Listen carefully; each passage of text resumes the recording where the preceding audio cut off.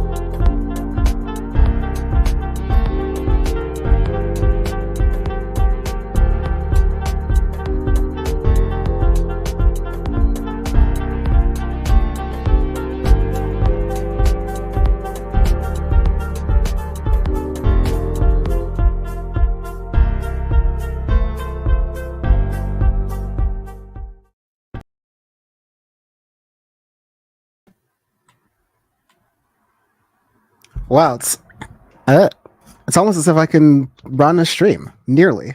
Hello, everyone. Welcome to Power Report for today, the date, which is the 28th of December, 2023. I have just been like, today is a day. I haven't been able to keep track of any of the days, so hopefully other people feel the same. It's a weird week. It's a weird fucking week. It's a weird week, the Monday holiday for people who have Christmas or get it to be acknowledged as a holiday for work or other reasons, for family or kids or etc. Yeah, that throws off a lot of things. Not as bad as the Wednesday in the middle of the week, Christmas, New Year's combo. I think that's like pretty messed up. That's pretty cursed. We had one of those a couple years back. But yeah, I'm joined currently with Rayyvana and Jeff Wiggins. Hello to you both. Hi. Hey again. I hope you had if you had one word to describe your weekend, what would it be? Stressful. Jeff? Well, she took mine, but you know, the last minute gift things, yeah, that was stressful. So if I could use a thesaurus to come up with a different word, then I would. But stressful, yeah, that trying to come up with the last minute gift things was decently stressful. But we made it work. I'm totally down to hear what people have to say in chat too, because I realized I only felt not stressed after being insanely stressed and upset. Because like it's like the stages of it where like once it's over with and through, you like have a sense of relief. That's what I'm clinging on to. But yeah, that came after an intense amount of pain. Right.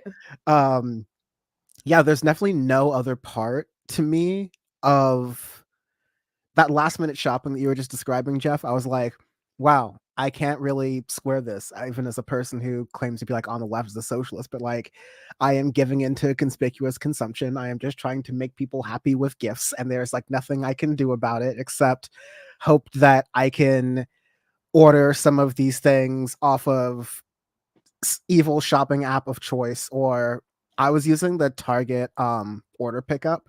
Yeah. So I didn't actually have to go into the stores. They would either have it like ready for me in the front or take it out to my car. But like, yeah, it was rough that last weekend, let me tell you, you know.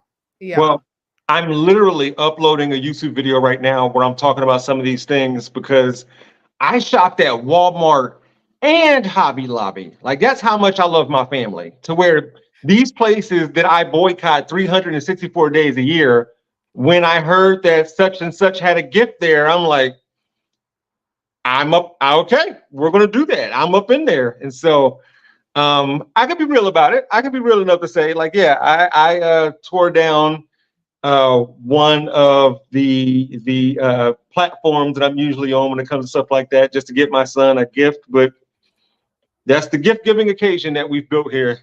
Yeah.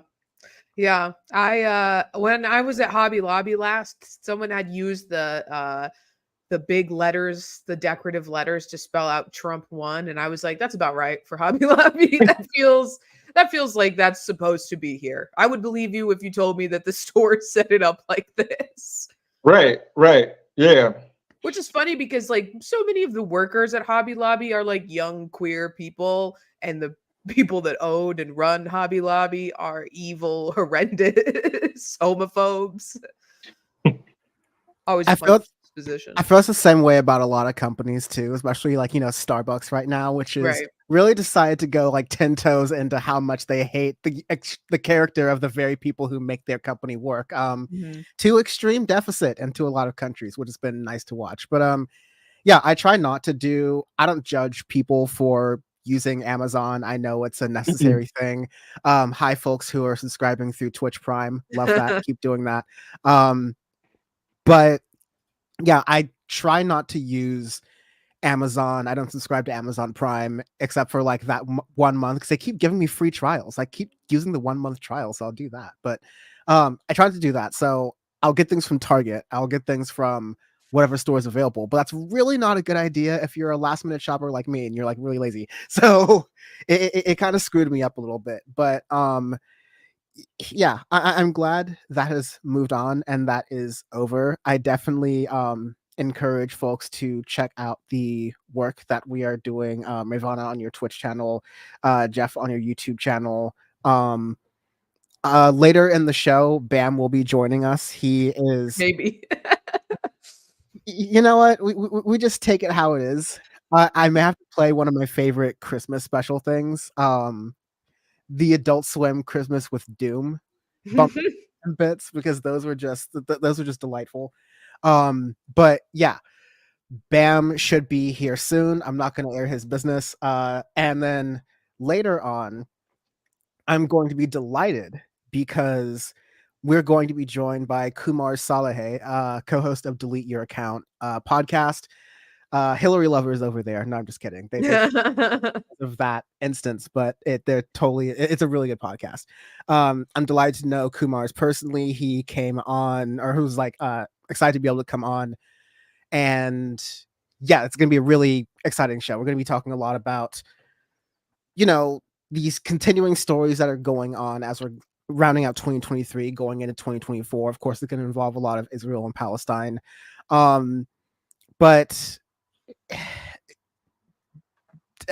Ray and I were talking just before the show about Nimrata Nikki Haley, who is having a rapid fall just as quickly as she was having a promising rise.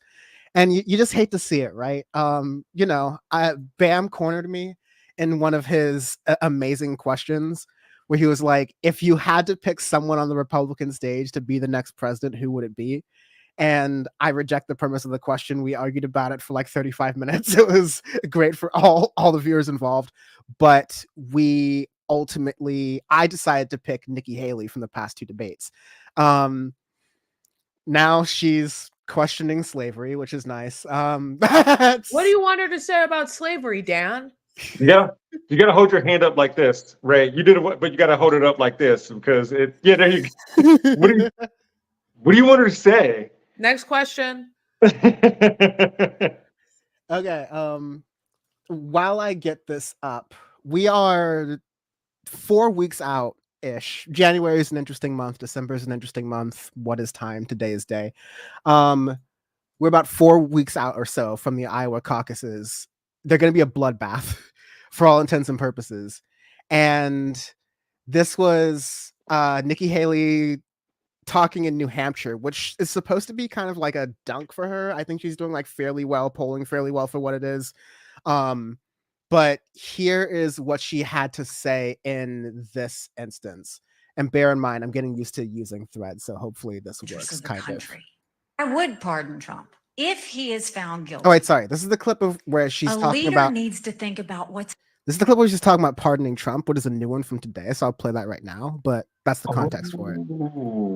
He is found guilty. A leader needs to think about what's in the best interest of the country. What's in the best interest of the country is not to have an 80-year-old man sitting in jail that continues to divide our country. What's in the best interest of the country would be to pardon him so that we can move on as a country and no longer talk about him. So she's saying it's in the best interest to move on, to just let, Trump do whatever he wants to, which is. I also would like to know if Nikki Haley would have any qualms with other 80-year-old men sitting behind bars, like the thousands that there are right now for petty crimes, drug charges, small time theft. Would she move to allow them all back into society? Probably fucking not. But have you seen her ratings when they play all those like crime wave videos and they like hype that up on national and local news? Okay, remember I had to find this on YouTube, so let me play that right now. This is the original Nikki Haley slavery.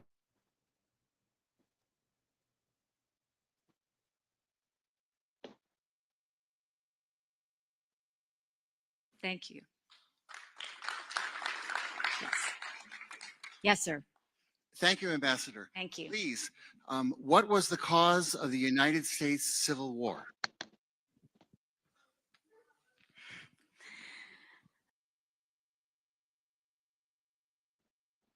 I just gotta say here, softball, right? Like underhand, like you're not pitching very quickly.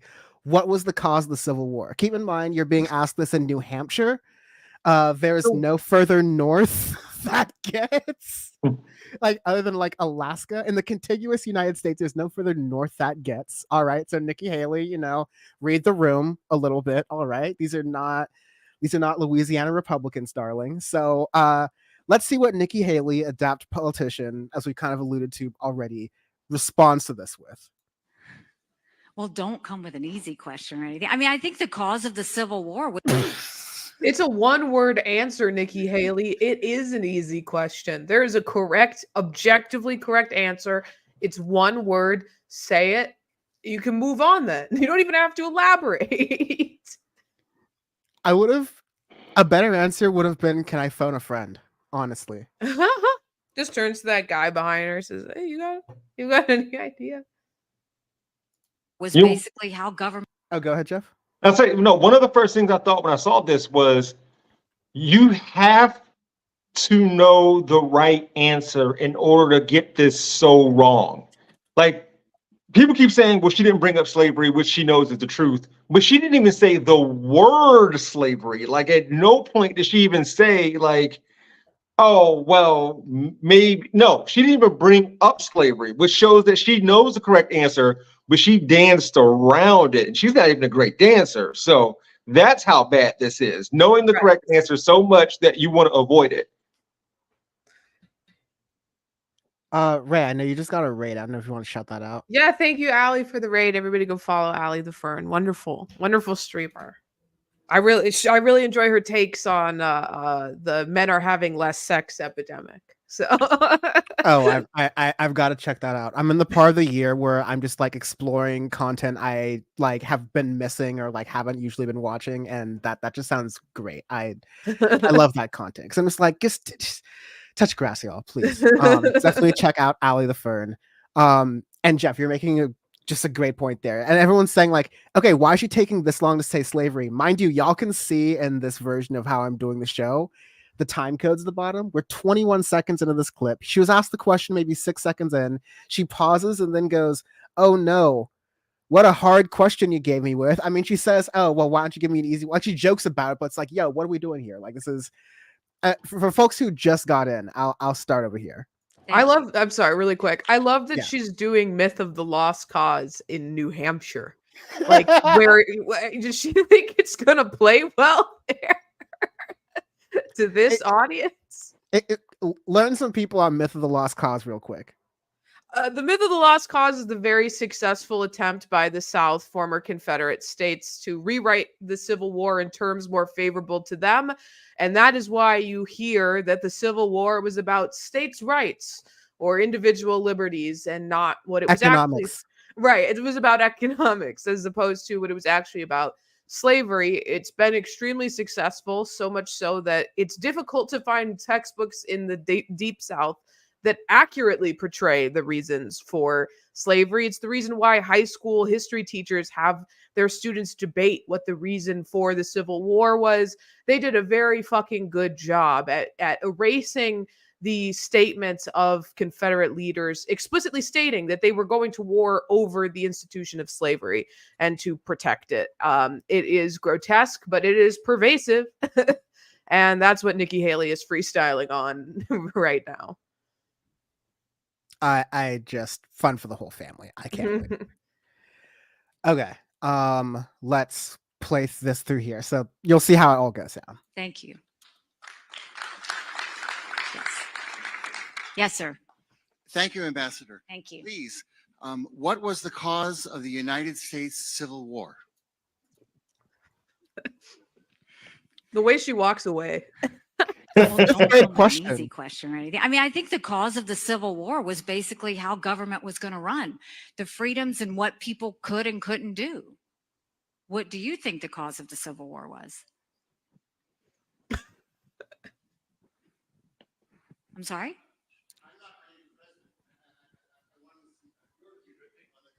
So he says, for folks who can't hear, he says, "I'm not running for president. What I want to see is your view on what was the cause." I think it always comes down to the role of government and what the rights of people are. And I will always stand by the fact that I think government was intended to secure the rights and freedoms of the people. It was never meant to be all the rights and freedoms of the people to do things such as things like allowing people to discriminate on the basis of Right. the freedom for like, I'm just like, I know this is New Hampshire, not California. I'm used to people who can improv a little bit better on their feet. Right. I'm just like, come on, what are we doing here? Like, really, what are we doing here? It's in her like just befuddled moment of asking the person what they think the cause of the Civil War was. That's so, I'm sorry, it's so fucking insane.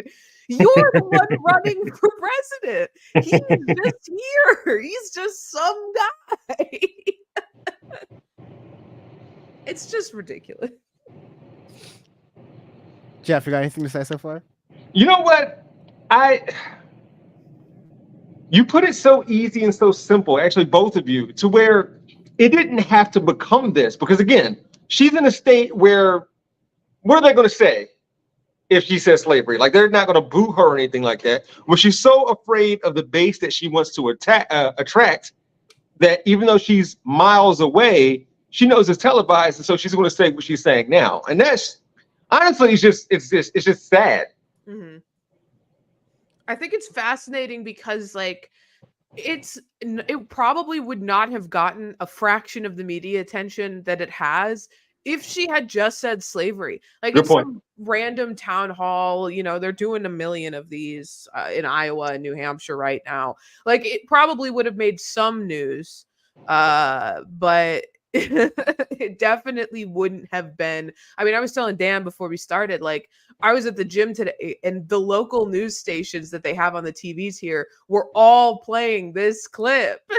Like, if she had just answered slavery and moved on, nah, it wouldn't have been getting put under a microscope like this. In No, my you're right. Like, I don't know. On the one hand, yes, this clip would be available. On the other hand, we're at this place where the memory of the average American voter has just been like shot all to shit, right? And Right. I'm not saying my memory is any better, but I'm just saying, like, yes, this clip would be out there of Nikki Haley, saying that, oh, the Civil War was about slavery. And I appreciate that we got to, what Republicans said in the late 2000s, early 2010s, when like Obama was in earshot, where they're like, I'm glad we at least got to the Civil Rights Act. Kind of like you would at least say, like, Martin Luther King, blah, blah, blah, etc. Now we're like, slavery gave people good skills thing. Like, that's the crowd that Nikki Haley is trying to make sure she's not offending here, which is really funny. But to anyone else, especially to a lot of regular Republicans, it makes her seem really like, what? Like, I know Republicans who a lot of the racial woke stuff they can like get, that's red meat to them, and they can get like woken up by that. But the reason why Republicans like backlash and do this accidental projection thing whenever they're being accused of being called racist, a lot of times in person, but definitely times within punditry, is because they know that, like, to a certain point that can be weaponized, because they at least understand that, like, as Republicans who like to claim to be the party of Lincoln without any of the morality or standards, except for some of the, wanting to kill Native Americans, is that they believe that this Republican Party was fighting against slavery. And you kind of can't do that as well. You kind of can't do that as forcefully when Nikki Haley is at this, oh, if I acknowledge the Civil War was about that and people's rights to do that, then I could lose voters in the Republican primaries. Like, there's a lot to unpack there. We also need to unpack, wasn't Nikki Haley's father faculty or staff at an HBCU? Yes. Okay. Yes. That's what I thought. So yeah, just another layer of nonsense that she is putting on this whole thing. Right. And it's interesting because, like, to some extent, does it really matter what they actually believe if it's not what they're saying? I know that Nikki Haley knows that the Civil War was fought over slavery. She's not stupid. I think that she's bigoted and her politics are abhorrent, but she's not a stupid person. Like, and that's what you were pointing out, Jeff, right? She's dancing around the question or dancing around the answer because she knows what the correct answer is, and everyone can tell. Right. And I can't wait to get to the part where she gets so fucking defensive about when he actually brings up slavery. I mean, yeah, so like if you were to like jog in your memory, like some of the things you may have learned, but you like said them out loud on some like vocally stated monologue, eventually you would say slavery, like states' rights, taxes, northern aggression, like some of the other stuff I've heard. You would eventually at some point at least say the word slavery. And what is a minute and 43, let's say a minute and 20 is her talking, and she didn't even utter the word slavery. Like, I don't even think she said like chains or bondage or anything. Like, yeah, you have to be strategically avoiding that word. And like, come on. Let's get to some of the rest of this, because Ray alluded that it gets a little squirmier. It's like the flippy flop politician thing that everyone hates. Everyone across the board hates. She's going to do it here. all things to all people. Government doesn't need to tell you how to live your life. They don't need to tell you what you can and can't do. They don't need to be a part of your life. They need to make sure that you have freedom. We need to have capitalism. We need to have economic. You know I'm who sorry. didn't have freedom, Nikki Haley? Government doesn't need to tell you what you can and can't do. Your master, maybe, but that's the thing. That's different. Also, incidentally, does Nikki Haley support abortion? No. Does Nikki Haley support trans people having the right to medically transition? No. Those individual liberties, forget them. The ability to not be bought and sold as chattel, forget it. Those are, irrelevant to the conversation. When she says individual liberties, she means guns, being able to buy a gun, and maybe a person also in this case. Yeah, a gun or a person. Economic freedom. We need to make sure that we do all things so that individuals have the liberties so that they can have freedom of speech, freedom of religion, freedom to do or be anything they want to be without government getting in the way. Huh.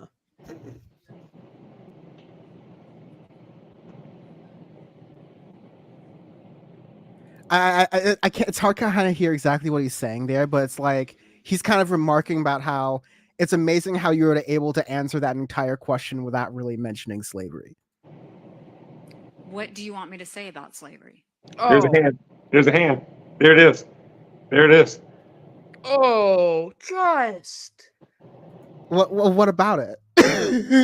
What about it? It's not like you asked me about the Civil War.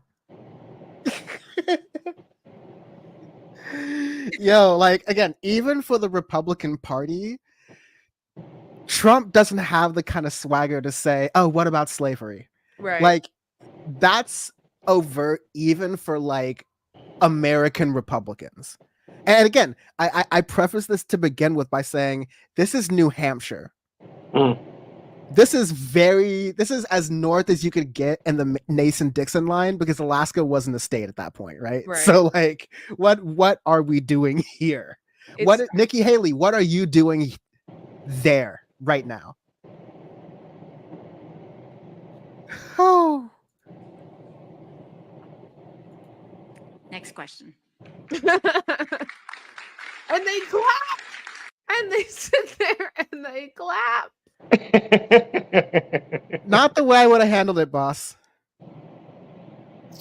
It was difficult to watch. It just no political tact.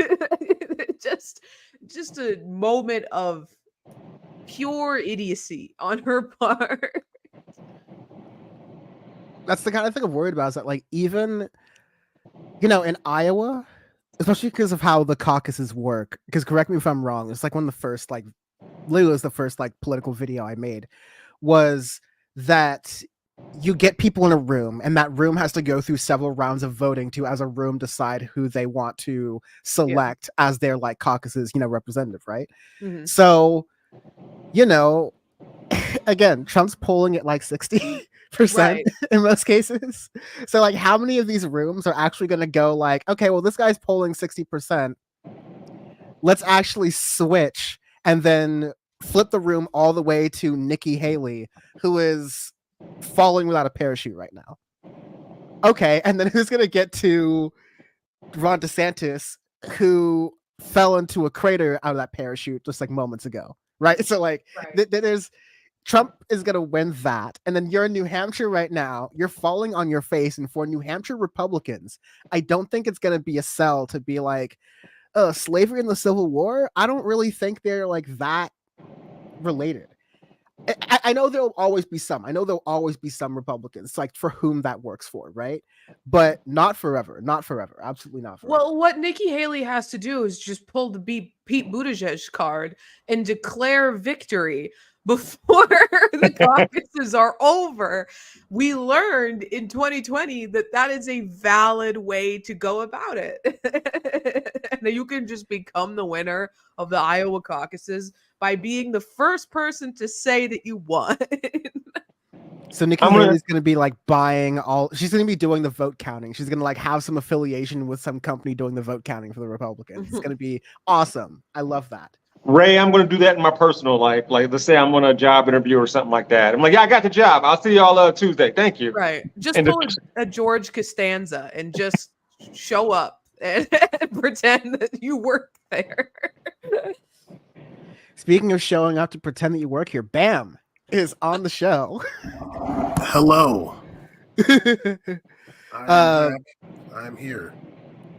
Back by lots of requests. No demand. No demand. Moderate demand. Hope stocks everybody's is high. doing well. Yeah, we went through that while you had your diva break. How are the flowers that we left you in your green room? How are the fruit that we cut up for you? I like tulips. I'm glad. we got you roses because I don't care what you like. Clearly, Bam's good to see you. We were just talking about. I don't know if you saw Nikki Haley's. Not really caring about the slavery thing. We all got our looks in just now. Do you have any quick responses for that? I mean, not that I was shocked, but I thought she was trying to do like the moderate Republican thing a little bit. Like, I wasn't expecting necessarily her to do that, but she is from South Carolina. But I would think she'd be like, "Oh yeah, that was a factor," but to just like disregard it, kind of like, damn. Maybe she doesn't know. Maybe she's dumb. I don't know. I really like the part where she says, "What do you want me to say about slavery?" Like, I don't know that it was bad.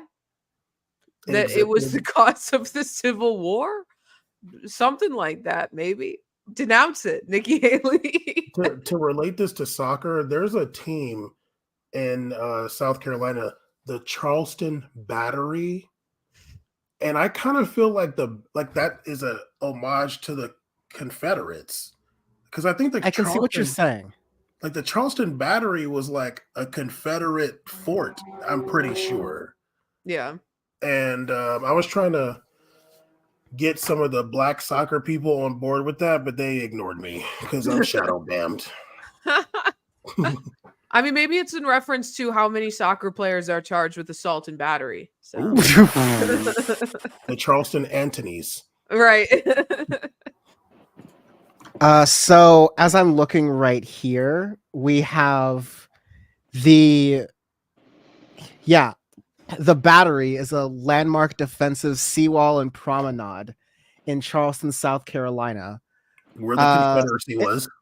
Well, it existed, it looks like, in the 1700s. So you had the Revolutionary War, which was when white people weren't racist, as we all remember. And then you had the Civil War where white people were racist again. So this was way too far before that, Bam. So you can't really say this had anything to do with the Civil War. Checkmate, king me. I know American history. No, there's actually a Confederate statue in like a Confederate in Battery Park too. So, I think I win actually. Yeah, there's actually a Confederate statue. Look at, is anyone suspicious that Bam knows so much about Confederate statues? This is why we find out Bam is actually a Civil War reenactor, and he reenacts on the side of the Confederacy. I almost made a terrible joke, but I'm not gonna do it. But I was born in Virginia, so You're more of like a Civil War truther, if anything. Like he's that doesn't believe in he actually has a Confederate flag behind the world one. He just part of the contract is that he flips it over just for this. That's why it was late. Actually, when I get my Doja Cat on, I take this. It's why that flag isn't ironed, but the Confederate flag behind it is pressed smooth as shit. Yeah, this is right out of the Amazon package, obviously. There's a way I have to crease the Confederate flags, and it's tradition. I could wash it, and I should put it in the dryer with something wet. Actually, it's a little ratchet. Someone asked in chat, Bamfomet. Is this where we actually learn the government? Oh, Bamfomet. Oh, that's what I had on the StreamYard thing. My name. Okay. Fine. Well, I guess we'll never know. Elsewhere in the news, because Yeah, Kumars is going to be on probably the top of the hour to talk more about the wild conflation of censorship that's going on around Israel and Palestine, which is happening, which is why he's late. No, I was kidding. But You're censoring him. I am. It's only fair. He's in the backstage, the waiting room, just hanging out, not allowed in. Dan, you're not allowed to talk about people being late. You're not. Dan, we were supposed to go to a concert and Dan slept through it. Like, come on. It's 100% true. It's 100% true. I napped through it and I slept through my alarms, which rarely ever happens. I'm a terrible person. What else is new? It's supposed to be a news show, but this is the kind of a, usually people do year in review things. I think that's really cheesy, but if I tried to do the show because I really believe that like you could focus on like once a week, you could focus on the most important news stories that come out of a week. I think some weeks are like easier to say there's an important thing than others. I think Israel and Palestine and what's been going on since October 7th, I think is going to really characterize 2023 in world history for sure. Yeah. But it's hard to say besides that. But, other than that, what are some other moments from 2023 that you think were like more than noise? Because I think like outside of politics, there's like OpenAI is kind of interesting, like the stuff happening around that. But I'm interested and curious what other folks think. You were gonna. I was just gonna say something dumb. Jeff, you can go ahead. No, I know you gotta go now. That's gonna be great. I can't wait. I cannot wait.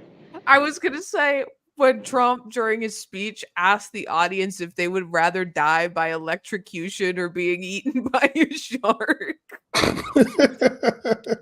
Oh, so he's just doing like 20 questions. He's doing icebreakers. Like, and he did have the correct answer though. He said he didn't even say electrocution. He said electrocution. He said it like 3 times, but he's right. It's better to die by electrocution than being eaten by a shark. Is that a thing that actually happened? No, this is real. I didn't make this up. He did this during one of his campaign speeches. Was he just warming up?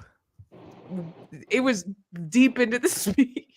Between the Hitler quotes, he just had to put that out there. Dude, but if you get electrocuted, you're probably gonna shit on yourself, dude. But you're dying anyway. Yeah, so but come on, yo. I'd rather die and shit myself than have to have a slow, painful death watching my body be consumed by a shark. It's circle of life, though. If you shit yourself, that's someone else's problem if you're electrocuted at that point. Like we're dying at sea regardless, so my body won't be recovered. No one's gonna know that I shit myself. Sorry, I didn't add this. The premise of the question was you're on a sinking ship. You're sitting on top, and he outlined this during the speech. You're sitting on top of a battery. You see the water is sparking and it's rising, and you know that you're gonna die of electrocution, or you can jump into the shark-infested water and be eaten by a shark. Those were the options. But either way, you're dying at sea. Your body's not getting recovered. I'm taking my chances with the sharks. I feel like I could maybe like brain blast one of them to like swim me back to shore. Yeah, I'm gonna use a Jedi mind trick on it. You know what I mean? Picture like people at the beach chilling and they see you riding on the back of a fucking shark. And it just pulls up and drops you off. Literally. Like an Uber. Yeah. Bam saw Shock Boy and Lava Girl as a kid and it was just like, that's just gonna be like, that's just my documentary right there. That's I think inspired.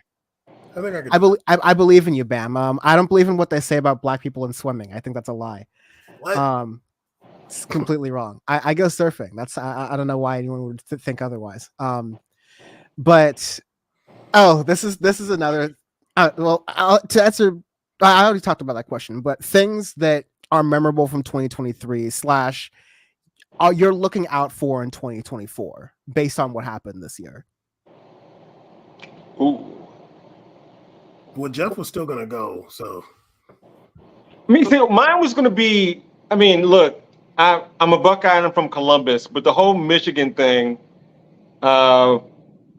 with Connor Stallions and Coach Harbaugh was freaking huge, man. And my Buckeyes lost 3 years straight. Congrats to all the Wolverines around the country. Y'all got that. They are better than my Buckeyes. I will say that. I am okay with saying that. But that was a pretty big news story. It kind of transcended sports for a few weeks. It should honestly still be a story because Michigan's about to play in the college football playoff. But yes, that is one of the things I thought. But I figured Ray would say something goofy, and she did. And but yeah, I don't know if that will carry over to 2024, but that was a pretty big deal because, you know, as a Buckeye, for me, if Ohio State would have taken care of business this year, we could have said the only reason why Michigan won 2 straight is because y'all cheated. But we don't get that because Michigan's better. So there's that. I did see a Charles Woodson jersey yesterday. So there's that. Can I say a big thing for this year? Yes. I don't know if this is silly or not, but I did enjoy it a lot. The Barbie movie. I thought it was Barbenheimer is your answer. Okay, I never saw Oppenheimer. I didn't see that. Missing out. Whoa. Sorry. But I did think the Barbie movie was pretty, like, really good actually, and important. And I was shocked. I didn't know what to expect going into seeing it, but I did think it was a good movie for mainstreaming feminism, I would say. Interesting. Yeah. I mean, if that's going to be your answer, you also got to bring up how many right-wingers were upset about that movie and honestly told on themselves. Because if you saw that movie and it felt like it deprecated you as a man, then you saw yourself as the men in that movie. Therefore, you're telling on yourself. So I thought that was pretty huge too. For sure. No, they had them in a bunch over that movie. I don't know how mainstream feminism is, because some guy at my gym just asked me out, and he started it by saying, most women who go to the gym don't know what they're doing, but I can tell that you do. he probably didn't see Barbie movie. See, right. He needs to go educate himself. He needs to read theory. He needs to watch Barbie. Yeah. Like, he's not going to read theory, but like maybe he'll watch Barbie. Barbie is the theory. No. Barbie is the praxis, actually. Right. I forgot. So there's been a lot of. Okay, I found a really snazzy way to say it, and maybe I'll regret this later, but here it is. This is the year that the meat garglers got exposed, because I think Elon Musk, like, people following that, people are finally realizing, okay, you're really rooting for this dingus. Like, you got to kind of relax and kind of quit it. There was a while in politics, especially, where you were just able to ride the coattails of someone like Donald Trump, and that would be very advantageous for you. But now, I think especially you're seeing this undick ridening happening with the rapid rise and fall of Vivek Ramaswamy. I have a clip of him speaking to Kayleigh McEnany from Fox News, talking about the kamikaze mission that he is willing to go for a man, Donald Trump, who probably could not even, hand to Bible, everything else relying on it, pronounce his name correctly. Right. Let me get this queued up here, because I'm happily will engage in this man's humiliation fetish right now. Vivek, the secretaries of states in 2020, secretaries of states, one individual would come in and wipe away the laws of the legislature and say, because of COVID, I'm changing mail-in balloting. One person changing election rules. That was 2020. 2024, one person saying, I am disenfranchising Trump voters. Your thoughts? Well, look, Kayleigh, I think you phrased it well, but I would say that. Can everybody hear except for me? I can't hear. Person. This is the. I can hear it. I can hear snap. it. Uh-oh. Okay, what am I doing? Hold on. Oh, I can go back, and then you can maybe try quitting and rejoining. It's the one annoying thing with StreamYard sometimes. All right, give it a shot now. I think I hit the button. There we go. Okay, sweet. Vivek, the secretaries of states in 2020, secretaries of states, one individual would come in and wipe away the laws of the legislature and say, because of COVID, I'm changing mail-in balloting. One person changing election rules. That was 2020. 2024, one person saying, I am disenfranchising Trump voters. Your thoughts?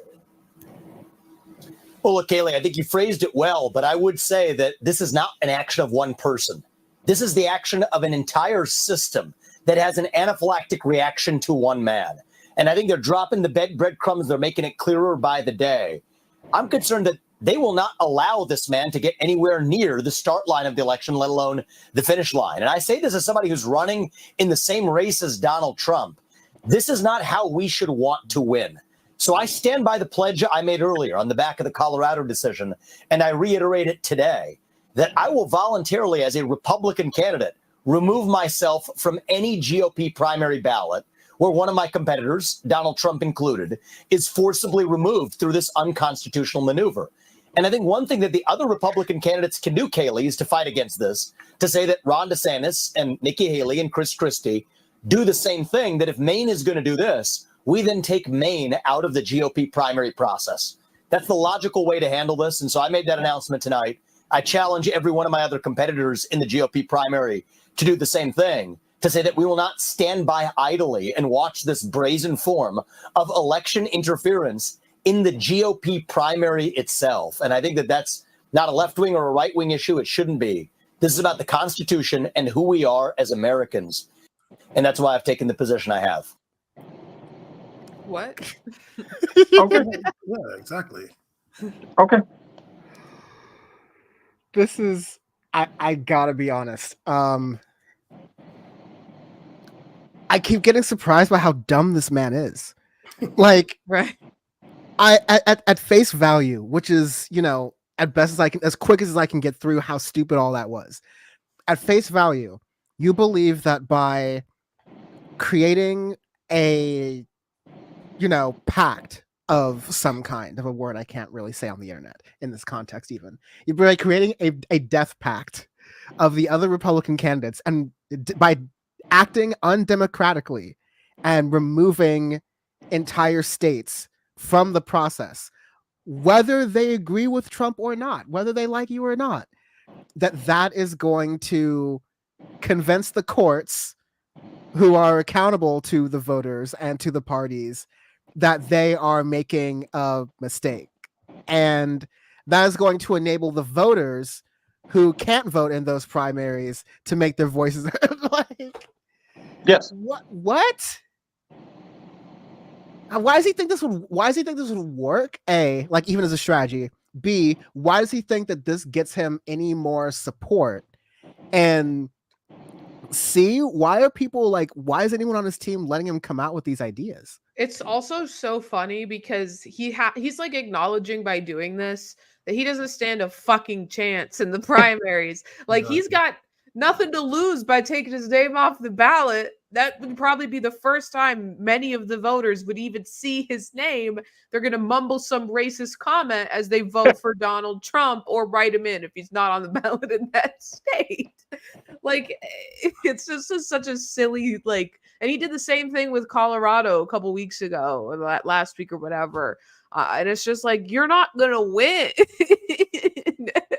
Your name could be at the top of the ballot. You're not going to win. He's just like marketing himself as a panderer, and that's it. Right. And I can like, at least Ron DeSantis has like made himself an adversary of Donald Trump. Like, he's kind of been forced to. But like, this guy is just pandering, and that's it. You're not campaigning. Well, I'm just hoping Chris Christie will come out and say, there's no way I'm going to do anything like this because this is stupid. Vivek, you're stupid.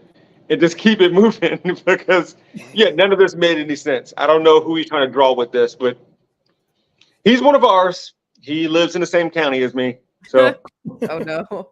Can you go talk to your neighbor? No. I mean, for one, different tax bracket. So there's that. But also, I have no desire to talk to that human. this is petty, but I want him to like even out the jacket collar. Like just Right. like you didn't see it, like you didn't just like one time. Like, come on, dog. We know this man is looking in his monitor and glancing at it every moment he can, like the screen where you can see yourself in it. Like, just, It shuffle a looks little. like you have something really heavy in the pocket, jacket. Another one, like, can you just one time? The college sophomore trying to sell Lucy's, like, oh man. The veneers go crazy though. Got them book tour veneers. I think he only got the bottom rack too. He had an underbite, so he went in and said, "There's no point in doing the top." Yeah. I don't know. Let's put some respect on his name. Those tops are looking pretty crisp. Okay, all right. Power report, the issues that matter. Definitely going to Right. be thinking about the teeth when it comes into 2024. Vivek Ramaswamy. Teeth in your Sheen jacket.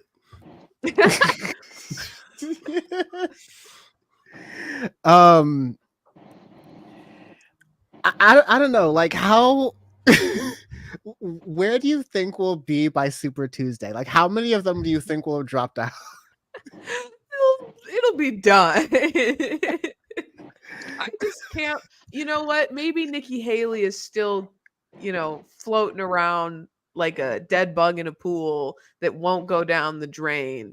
She's still there, but no real chance of being successful. I like that analogy. I was going to say Nikki Haley will be dancing in the club with the lights on at the end of the night. But I'm going to say either Nimrata or Christie drops out by Super Tuesday. So three will be left. I think that's safe. You think DeSantis is going to hold out till the first week of March? Based on what I just saw about the state of the finances of his campaign, he does not have a lot left in it. He needs a Hail Mary in Iowa then. Right. I saw something that said Nikki Haley was on. Maybe I saw this, that she was like 4 points behind Trump or something like that. Nationally or in a particular state? I don't know. Maybe I saw it. Maybe I didn't. I don't know. But apparently, it might be in a particular state because it's definitely not like overall. Okay. Yeah, no, overall, like it was. I think the last time I looked at a poll, which was like 2 or 3 weeks ago during this show, I think Ron DeSantis was somewhere around 17-18%. Nimrata was around 15-17%. Vivek was at like 2. No, Vivek was at like 4. Christie was at 2, and Trump was at like 60, like 59. Like it was just like not crazy numbers. Not even a contest. Like this is LeBron early 2010s game 6 numbers. Like this is absolute stat line here. So I think this is going to go an interesting way. If I'm going to try to predict this out here, because this is a ritual, I try to do it on this episode. We hit the Super Tuesday. Trump has just like cheek clapped everyone in the Republican field. You get past Super Tuesday to the convention, and you get some interesting stuff happening where there's some legal cases. There's going to be some reactions to those legal cases. People are going to have to finally weigh in real time. Okay, he's the presumptive nominee and we like him. And no one else got really even close in any of the primary polls because these Republicans rabidly like him and like nothing's going to change that at this point. But you're going to have to see how much shame Republican voters actually have at that point with whatever legal cases are coming down the pipeline. And I think it's even safe to assume that like the legal cases have like a net zero effect on people's perceptions of Donald Trump and that like people's opinions of him are locked in already. I think the curveballs, the most predictable curveballs are going to be the set of Supreme Court cases that are coming down in June. It's just going to be like a bunch of, that's pretty much the only thing that's going to be igniting support and excitement for the Democratic Party at that point. And whatever Donald Trump says to get himself more hated for that little month period of time where people are thinking of voting. So like that's what the political climate's going to be like. I don't know if Joe Biden's heart is still beating during that entire time, but now Bam is a Joe Biden's cardiovascular system truther here. So I don't know how that's going to work, but that's kind of how I project this year is. It's going to be a very weird cycle between March and like July. I think oh, sorry, go ahead. Go ahead. I was just going to say that, we're focusing a lot on the Republican primary, but we should be talking also about the Democratic primary and who knows what's going to happen. I mean, well, at least with the Republican, there's a perceived challenge. The Democrats are like, no one challenges old man. Ray, do you know the polling for the Democratic primary in Florida? Like, what are the polls looking like for there? Like, how are people feeling if they were? I don't know what date they're going to be having the Democratic primary vote in Florida. Right, it's going to be really contentious between Joe Biden and nobody else. We're referencing a number of states are just like flat out canceling their Democratic primaries. Like, so there have been calls this entire year and kind of in 2022, rightly, but especially now, for there to be a primary process. It's insane that Joe Biden's not having one. And one fair reason is the fact that, like, we all hate the Democratic Party for this. We all hate party politics for this. But usually an incumbent never really allows a primary process to happen. Usually an incumbent's party, when they're already in the presidency, that party doesn't hold debates. They don't try to split up. Their best bet is who is the person who's already in there if they're able to run again. So it would be not unusual for Biden to not do that. That being said, Biden was running in 2020 about being a transition kind of person, and not a transition kind of person, to be honest. Biden says there's at least 3 genders, I thought it said, but no, he said he'd be a transitional candidate and that he'd be leading on to another generation. Much he meant that after 8 years. Yeah, much like Nancy Pelosi said, right? But yeah, we're now getting to that point. He said he might run for one term at one point in 2019, 2020. Now he's obviously running for another term. People are lukewarm on Kamala Harris. The Democratic Party bench is pretty weak. So is Joe Biden's cardiovascular system. So also all that's like kind of going on too. I was going to say, best case scenario, Joe Biden dies. It's literally, and I'm not saying I want that to happen. I didn't say that, Twitch. I'm just saying, if it were to happen, we might actually get a candidate with some life in them. Well, I'm still Rayyvana, everyone. Rayyvana. That was real good. That was real good. I'm still of the opinion, me and Michael Cohen, that Trump is not going to be on the ballot. He's not running for real. Who's okay in the scenario that I just described? Then, Bam, who is going to be the Republican? Who's going to be the people Republicans are going to pick? Yeah. At this point, because I looked at. I guess it's in New Hampshire. Trump was 33% and Nikki Haley was 29%. Bam, we just switched sides. But yes. Well, no, I feel like DeSantis is going down, like he's not really. I feel like it's Nikki Haley now. Like it seems like DeSantis is kind of out of there. Even with her last 24 hours, right?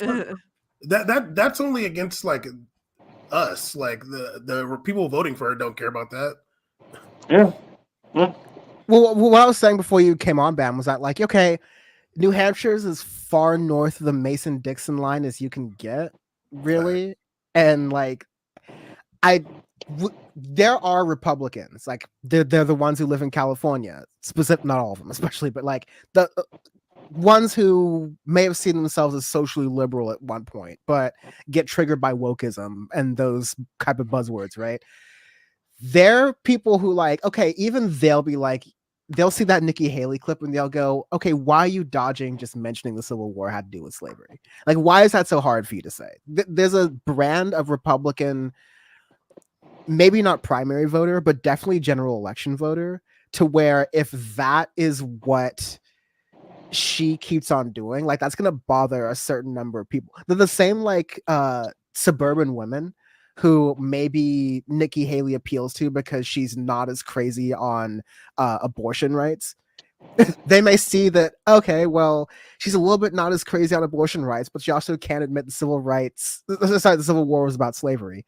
There's a lot of people who will make one decision over the other with that, like, honestly, but I don't know. I don't know. It's a weird demographic. I don't know, honestly. I kind of don't think so. You're telling me that those people care that much about Black people? They do not.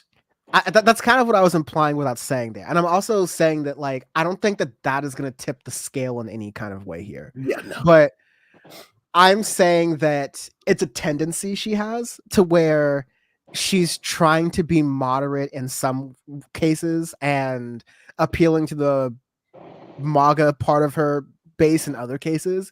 And if she's that person we're talking about in like this thought experiment of who is going to be on the ballot for the Republicans if it's not Trump, that's a really tough line to walk, because in addition to trying to appeal to people who are somewhat more moderate and trying to appeal to some people who are more on the MAGA side, you also have to appeal to like the rest of the country who sees it all as a little bit kind of like even Nikki Haley's opinion on Roe v. Wade isn't popular with most of the country. It's just the best of any Republican presidential candidate right now, unless you want to consider RFK a Republican presidential candidate.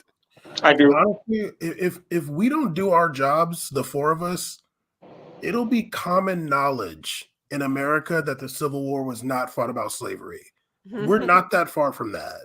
Like, we're already there. We're really not that far from that being the prevailing idea about the Civil War. Like, it was just states' rights and slavery. Like, no, well, what? Why are you saying that? That could happen easily if we don't do our jobs. So don't give up is what I'm saying. I was going to say, though, because you mentioned, Trump not being on the ballot, isn't that the worst case scenario for the Democrats? Because in a head-to-head poll, any Republican other than Donald Trump beats Joe Biden easily. Like, Nikki Haley clears Biden by 5 points. Easy. Wouldn't they be scared of that happening? I mean, I don't really think so. I don't think the Republicans are going to be so motivated to vote for Nikki Haley because there's still so many MAGA people. Like, I don't think they're going to be like messing with her. Trump would say don't vote for anybody before voting for another Republican. Like, he's not going to come out and endorse her behind bars. He might run as a spoiler candidate. Yeah, he might be like, well, I'll run as independent then or something. I don't know. Like, but I don't think the MAGA people, who there's still some left, I don't think is as many, but they're not going to vote for her. Hey, Ray, so going back to what you just said, though, so you feel like Nimrata would clear Biden. Do you think any of the other candidates would clear Biden other than Trump? Well, I mean, in the polling, it's her, right? Christie and even DeSantis is closer than is doing better than Trump in these head-to-heads. But if you replace Joe Biden with any other unnamed Democrat, like, it's up in the air again. It's a toss-up again. So I don't know. I mean, Nikki Haley definitely has, would have a better appeal to independent voters, the myth of the independent voter, whatever. But, right-leaning independents who might not want to vote for Donald Trump, but will come out and vote for her. And also you have the other issue of Democratic voters not being as motivated to go to the polls to vote against Donald Trump because they haven't been paving the way for them to go out in the media and say, Nikki Haley is an existential threat to democracy in this country. It's not going to play as well. And it might be true. I think Nikki Haley is a warmongering piece of shit, but like that, the rest of But I'm sending your student loan interest over to Israel to make sure we can have some bombs and so I can have some ice cream. It's going to be great. Like sorry to get you off there, but it's like at the same time, the Democrats are not really making a strong case other than like a Twitter account for like the Biden-Harris war room, right? They're not really making a strong case against the Republican Party, but you have already demoralized your own voters, especially with as we'll soon get to the stuff going on with Israel and Palestine. Like that, it is going to be very hard for things other than, like I said, the curveball of the June Supreme Court decisions we'll be getting next year to actually get Democrats to be motivated to go to the polls. Unless, again, like there's nothing Joe Biden's going to do on the trajectory he's on right now that's going to suddenly motivate Democratic voters. I don't know. I think it's hard to say right now. Like next year is going to be a lot different. I mean, the gas prices are going to be a lot higher next year. That's going to be clockwork. So that might make people mad at Biden and stuff. But I don't know. It's just kind of hard to say right now, like what things will be like next year. But I also don't really think that the war in Gaza is going to be a motivating factor for many voters, to be honest with you. Like, I don't think so. Like, I don't know. I think it's depressing support. Like there are people who are younger activists. That's how it should always be in America. Why would anybody be excited about a president? Like, are you just completely ignorant of this country? Like, why would you be excited about voting for a president? Right now, we're just doing it because Trump is like, Trump's agenda is like against our lives. Like the people that support him would like to kill us, probably. So we got to vote against him. But like, to be excited about a president is insane. Do you know where you live? This is the worst country in the world. We did all the bad things. We're settlers. Us right now. We took this place. What are you excited about a president? You think he's gonna do something? No. We just gotta get that guy because his people want to kill us.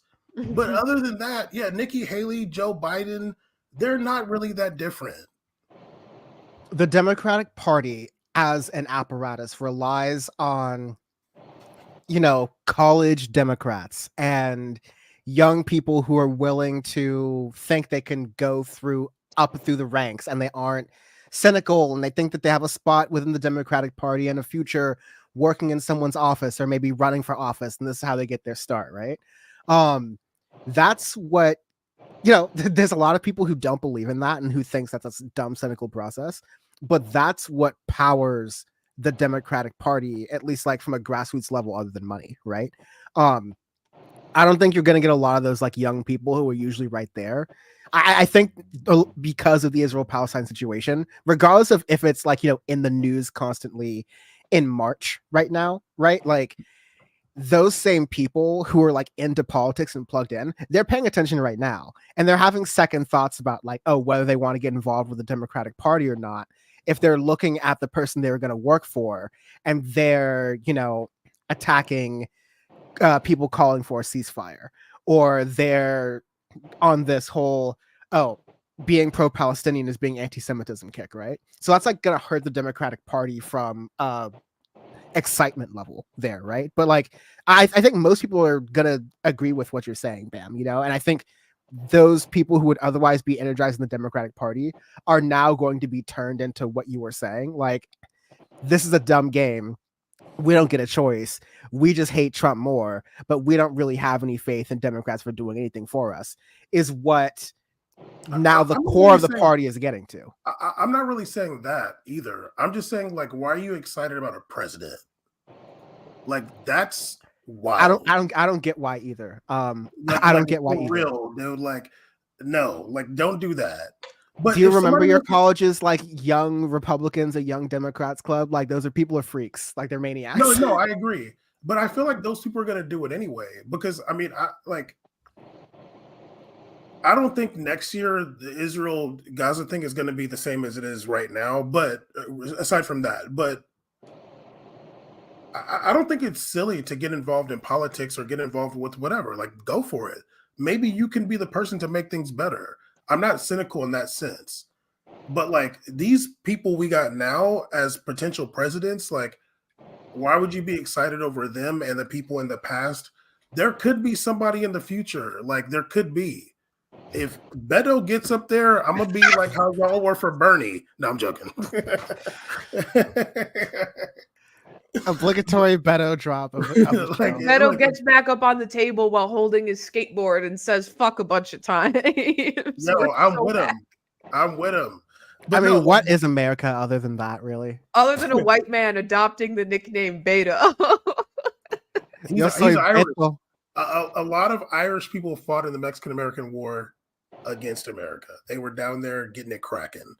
But yeah, I don't know. Just like the president stuff, sometimes just like, come on, dude. Like, we know what this game is. Like, we do. But like, Trump is an existential threat, not necessarily because of him, but because of the people that are in his cult. Like, they're dangerous. Like, you didn't see, George Bush as a Republican or anybody like that get the support of like the insane conspiracy theory people. They weren't supporting George Bush. They were actually against him. And I'm like, what happened to y'all? Y'all used to be like anti-everything. And now you guys sold out and you cuck for presidents now. But anyway, yeah, whatever, dude. You're going to do what you're going to do. But I don't think it's bad to get involved in politics. I'm not that cynical. Get involved, do what you got to do. I've encouraged Dan to run for office before. But apparently, the problem with that is that Audio Face podcast exists. And he's just said heinous things on there. And also, our WhatsApp group chat exists. And like somebody might snitch. Like, we don't know. It would be Bam who snitches. Bam would go to the feds so quick. Telling you to run for office just to leak the DM. Ooh. Bam would gunna me so hard if I was Young Thug. He would have people. He would have people dancing, pushing P, and like "fuck you" mean, while I am like doubling up on the Oreo thins, waiting up in court. Like, Bam would have me some type of way. Let me tell you. I could. You could and would. I do want to kind of get. Wait, Jeff, why don't you run for office? You know what? My older sister wants me to run for office. Let's go. No, I'm not against that. I just think that the So, Mrs. Wiggins is over here, and she heard that, and she, yeah. So that's a Good. wrap. So, good instincts. I'm not allowed to ride a motorcycle. Good. They're dangerous and stupid. Great. Good. Yeah, there's a list. I guess. Well, there's a list of now 3 things that, like, these aren't negotiable. The motorcycle was one. I'm forgetting the second thing. Red meat. Police officer. Well, I did. Good. That's good.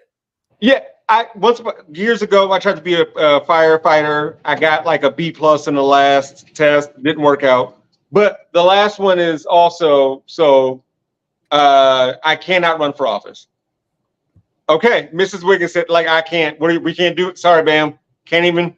Sorry to my older sister, but there's nothing I can do.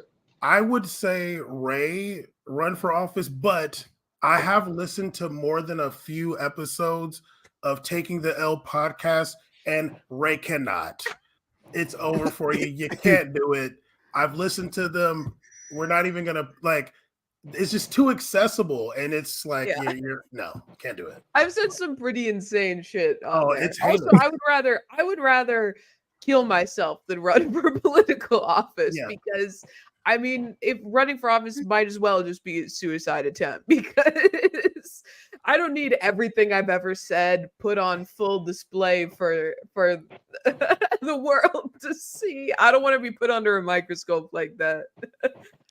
I'm like, Bam has records of some shit I've said like he's got a late folder in high school and like early in college. Like, that's horrifying. Like, there's absolutely no way. And like, I did this on purpose because for many years, Bam has been saying I should run for office, and like, Bam, I've been creating a CVS receipt for you of things reasons I should not be running for office. Bam, why don't That you thing run is- for office? I'm worse than all of you guys. Like, you have no idea. You don't This even video- have any idea. This video's of Bam at Freaknik. It's a wrap. Yeah, no. I got like so many skeletons, like it's bad. Like they're like that guy. Oh, look at this. Look what he sent me. Oh god. You just show up to the to declare your candidacy, and the person who's supposed to take your signatures is like, "This you?" And it's just like scrolling a long list of things you've said and done. She's like, "You don't remember me?" Okay, yeah. I can't even say that like I say all kinds of crazy stuff that would get me in trouble from the past. I would say a bunch of messed up stuff on the campaign trail. Like, But that I might would get you just- elected. That might work for you. That's charm.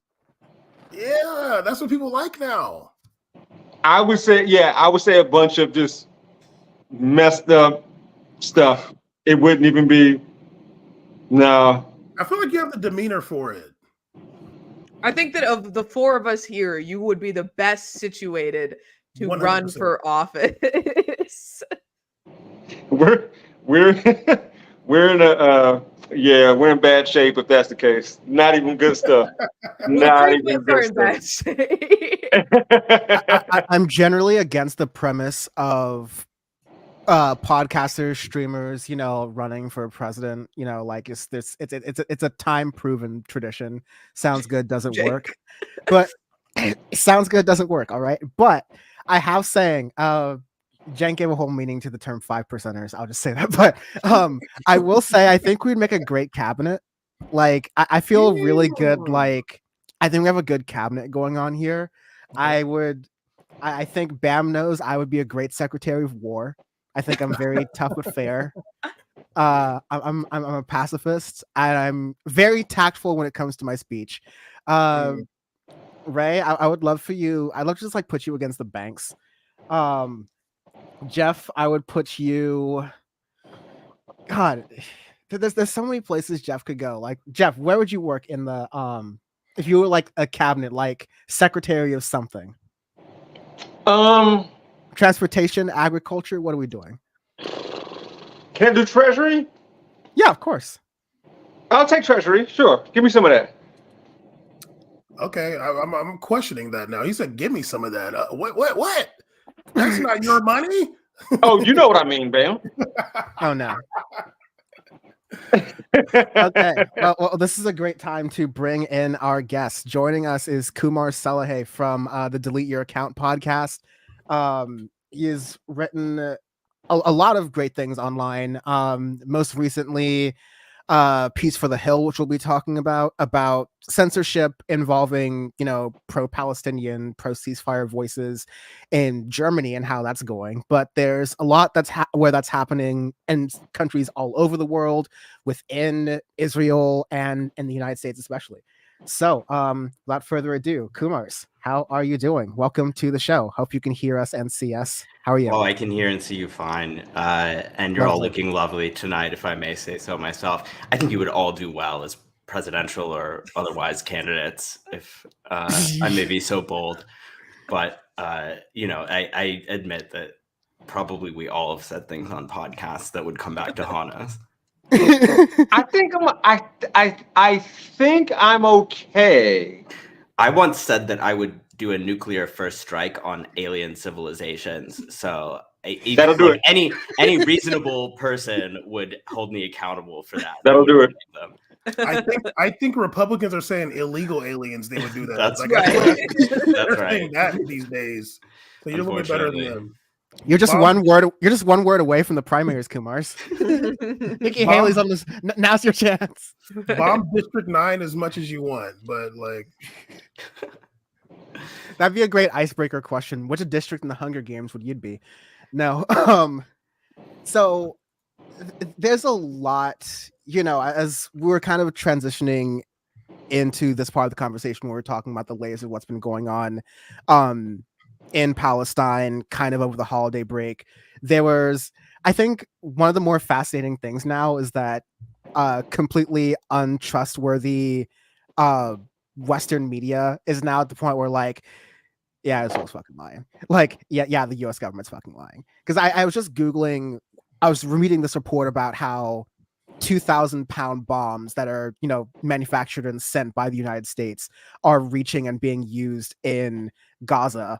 And it's like, it used to be, Al Jazeera and sites like that would be reporting it. Now it's like CNN, New York Times, like PBS. Like it's not, there's getting to a point where, yeah, of course, many of these outlets will still do IDF escort type briefing things with the cameras they can get and the access they can get, but you're also getting more refutation from these media outlets, which is interesting in its own way. Yes. But yes, go ahead. Absolutely. I agree. And I think it's important to note that in Germany, this has not happened at all. Like, I've been deeply invested in the discourse on US-Palestine relations, and obviously Israel as well. But as an American, I think it's an issue we should all be concerned about. We have a sort of colonial relationship to the Palestinians, just like Israelis do, just like Germans do. And I think we've come some way in the last 10 years or so in raising mainstream sympathy for Palestinians. Of course, we learned very recently that some of that sympathy is conditioned on Palestinians being sort of helpless victims as opposed to people who can actually fight back. But a fair number of people, not only young people on TikTok, but also, as you're saying, mainstream journalists who have finally been pushed to their limit by the amount of bullshit that Israel now has to serve up. And in Germany, this has not happened.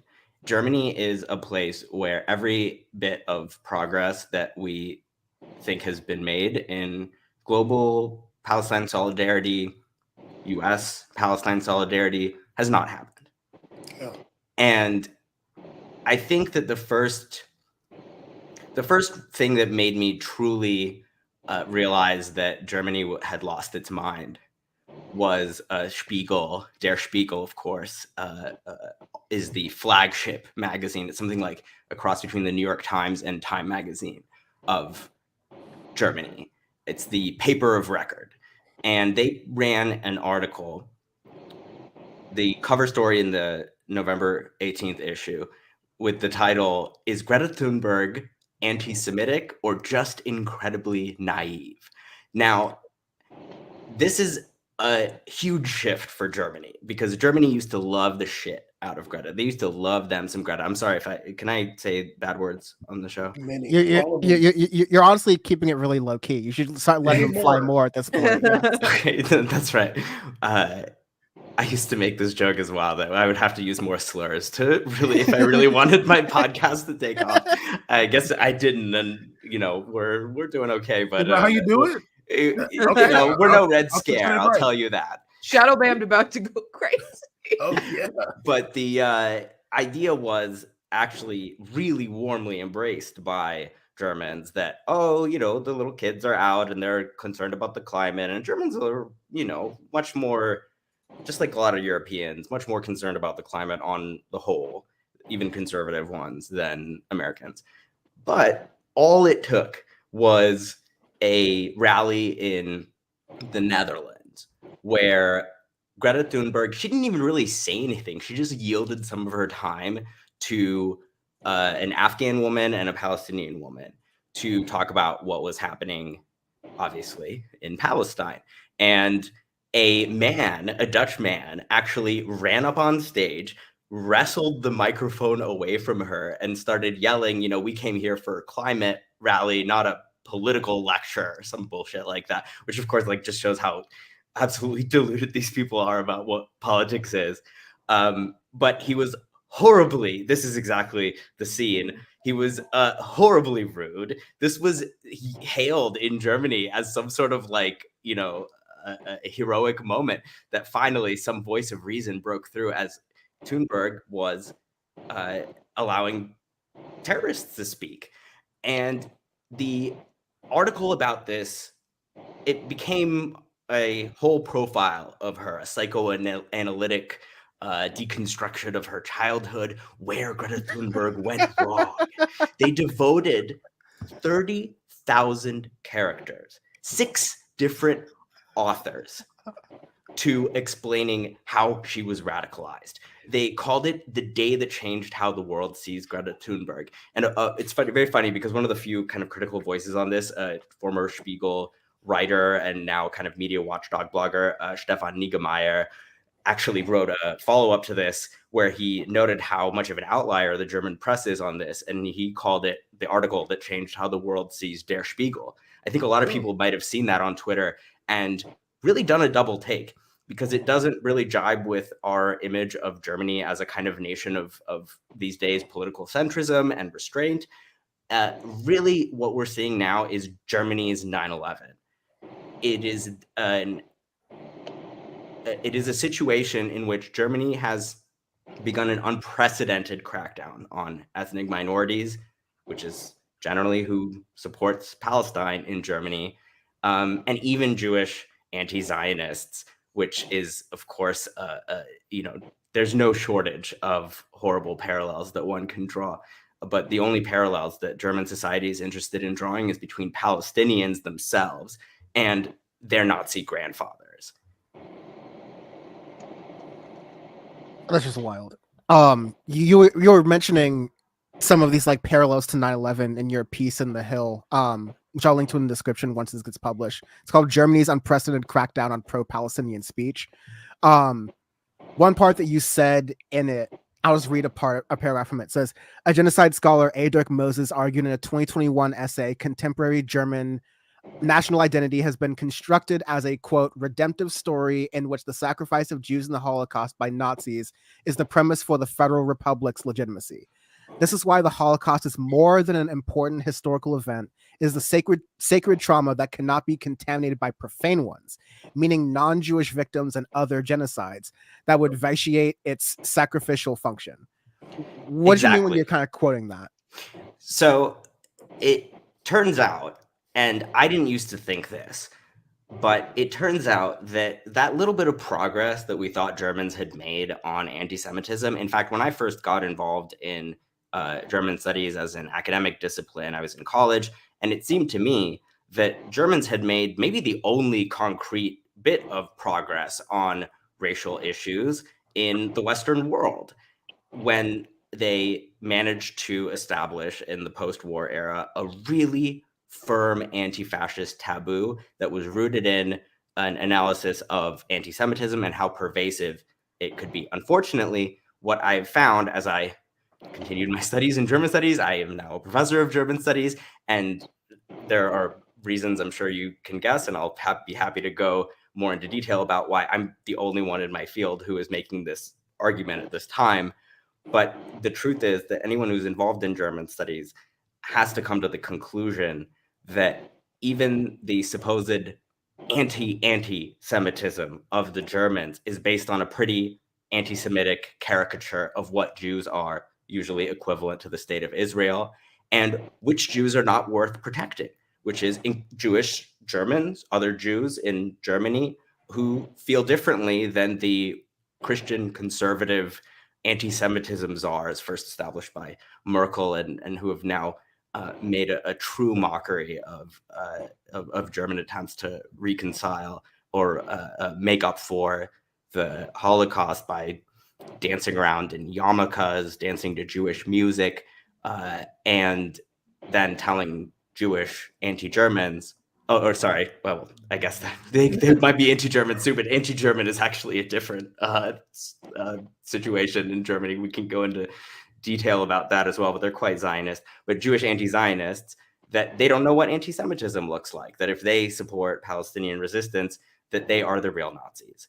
And the idea that Germans can tell someone else who the real Nazis are gets to the core of what Dirk Moses is saying, that the whole premise of West Germany, now Germany proper, which really is a whole other story of how East Germany was basically colonized and a lot of their problems with the far right are of their own making in that regard. But the whole story of West Germany is that this is a country where anti-Semitism is no longer accepted. I don't believe that that's true anymore, not even a little bit, with the way that they've treated anti-Zionist Jews and with the way that they've made support for not just Israel, but frankly, other racial hierarchies throughout the world, apartheid, South Africa, etc. They basically just used their own racism as a way to sort of, say that they're absolved for anti-Semitism. If they can only hate Palestinians enough, then people might forget that they actually still hate Jews. Do you feel like it's gotten worse over the years, like since a certain point in time after World War II? Yes. Is there like a spike and then? Well, the issue of Palestine used to be rather different. It wasn't really even until the mid-70s when the German left really abandoned Palestine solidarity. There were, for example, terrorist attacks in the Munich Olympics, etc. And the mood, for better or for worse, I tend to think for worse, shifted dramatically to the right in Germany, as it did in many Western nations going into the late 70s and 80s. And it never really went backwards on this issue because of how important the idea of Israel is, and the idea of Palestinians as the scapegoats for anti-Semitism is to German identity. In 2008, Angela Merkel was in power at the beginning of her reign, and she declared the existence and support of Israel to be Germany's raison d'etat, which is French. Obviously, she used the term Staatsräson, which just means the reason that the state exists. If you're not familiar with that turn of phrase, the core function, a absolutely not indispensable commitment of the state, which means basically that when you attack any Israeli policy, you are attacking the very foundation of Germany. This could be considered, as far as they're concerned, even anti-democratic, because you're questioning whether this state, Germany, even has a right to exist. And what ended up happening over the course of the past decade, as things got more progressive in the West with regard to at least public opinion, we, of course, are familiar with the wave of campus backlash, the untold hundreds of millions of dollars spent by the Israeli government doing propaganda on campuses. And in Germany, of course, this was hardly even necessary because the sort of public life, every cultural institution is so hostile to Palestinians. There's also obviously very different free speech laws there. There's an assumption that there are things that are worth censoring just because they are, really bad opinions. And on the whole, I agree with that. Like, I do think that it's important to be censorious when it comes to fascism, which doesn't exactly lend itself to being reasoned with or argued with rationally. However, they've now decided that the biggest problem is not the Nazi party, sorry, I should say the far-right populist party, Alternative for Germany, that's the second most popular party in the country right now after the conservative Christian Democrats, but rather ordinary Palestinians and their supporters. In 2019, the Bundestag, the German parliament, passed something that, with even all of the support for equating anti-Zionism and anti-Semitism, etc., that there is in our Congress, we've seen resolutions in the House attesting to this, there would still never be this level of unanimity for a total ban on BDS. And that is what happened in 2019. Every party, with the exception of maybe less than half of the left party, which is now basically done as a political force anyway. Rip Die Linke. Reasons. Die Linke, yeah, RIP. Honestly, rest in pieces, which is probably what they will do. But they actually only passed this after the AfD, the far right party, had put forward their own version of the motion. So again, just showing how driven by right-wing politics Germany is right now, this legislation that's come to justify virtually every aspect of the crackdown on any kind of pro-Palestinian activity in Germany was first put forward by the furthest right party in the history of post-war Germany to ever attain parliamentary representation. And it only got voted down because of who they are. But of course, every other party got behind the next version of the bill, which said the exact same thing. And now we have a country where since October 7th, things have dramatically gotten worse. Every year, there had been more and more reports of police assaulting people on the street for wearing keffiyehs, not even taking part in demonstrations, but just people on the street who looked Palestinian. Protests were banned outright. Berlin has been, of course, a very famously liberal city, one of the few cities or states where Die Linke has enjoyed coalition privileges, that they've actually made it into the government. This was a place where the police have routinely banned not only Palestinian-led protests, but Jewish-led protests, including by the German, you could say, equivalent of Jewish Voice for Peace, Jüdische Stimme, which means the same thing, because they were going to let Palestinians speak. This was explicitly told for them. You have Palestinian children's demonstrations, youth against racism, banned. It's absolutely comical. In fact, I remember, do you guys remember this? Did you see this on Twitter where one of these New York Magazine type liberals like Eric Levitz or something was like, why don't they try a different slogan? Why don't they say, from the river to the sea, there will be equality? And now it turns out that somebody actually tried this. Someone put it on a sign and yelled it at a protest in Berlin and got arrested for it. And got shot.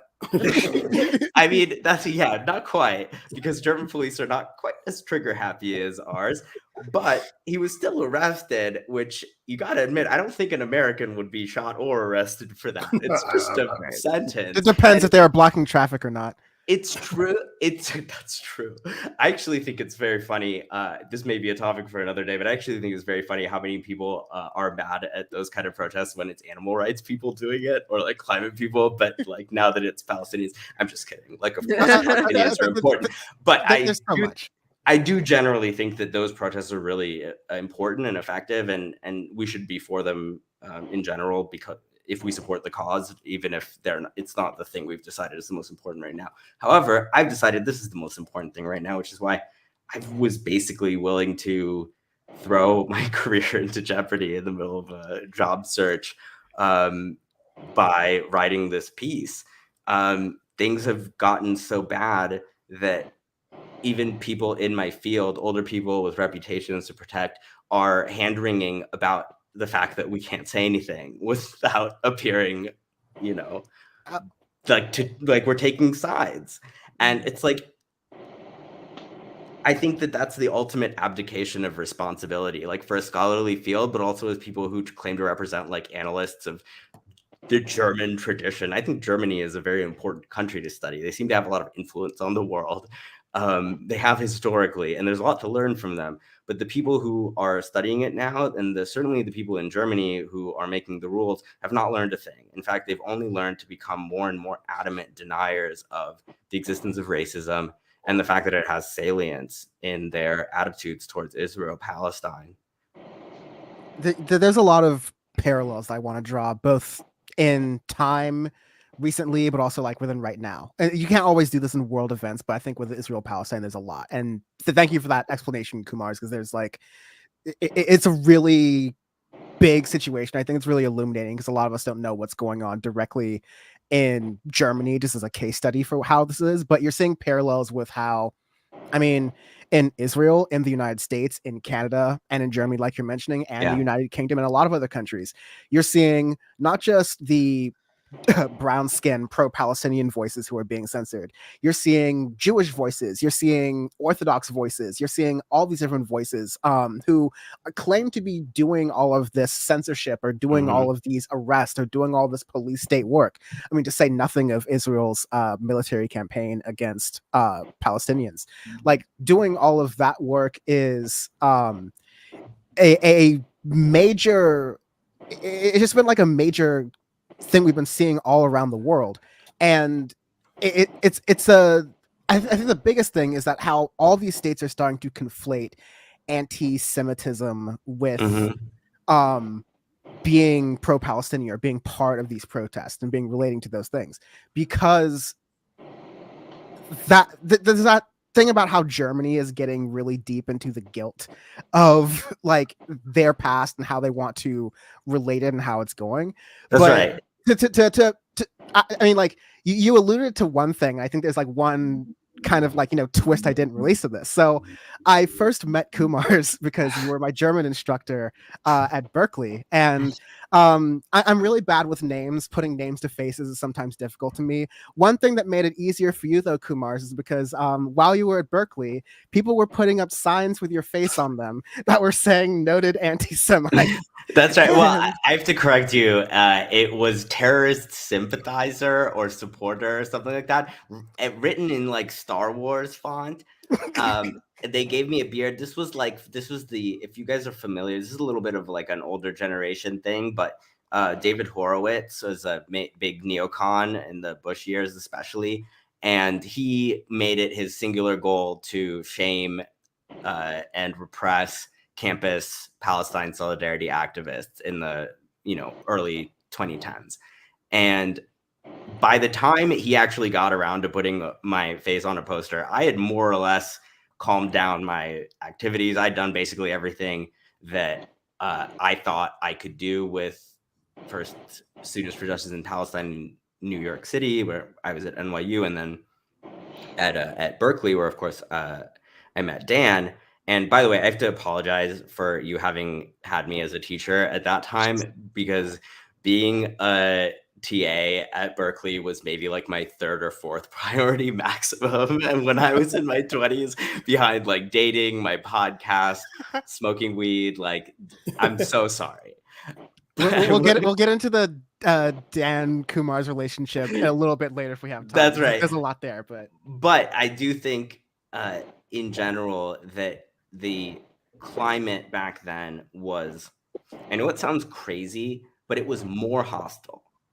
I think that the level of backlash that we're seeing, and again, it's shocking, right? People in my field are hand-wringing precisely because people that they really like know and respect, who have just, international folks who have taken principled stands. Some of them have even gone back on it, which I think is shameful.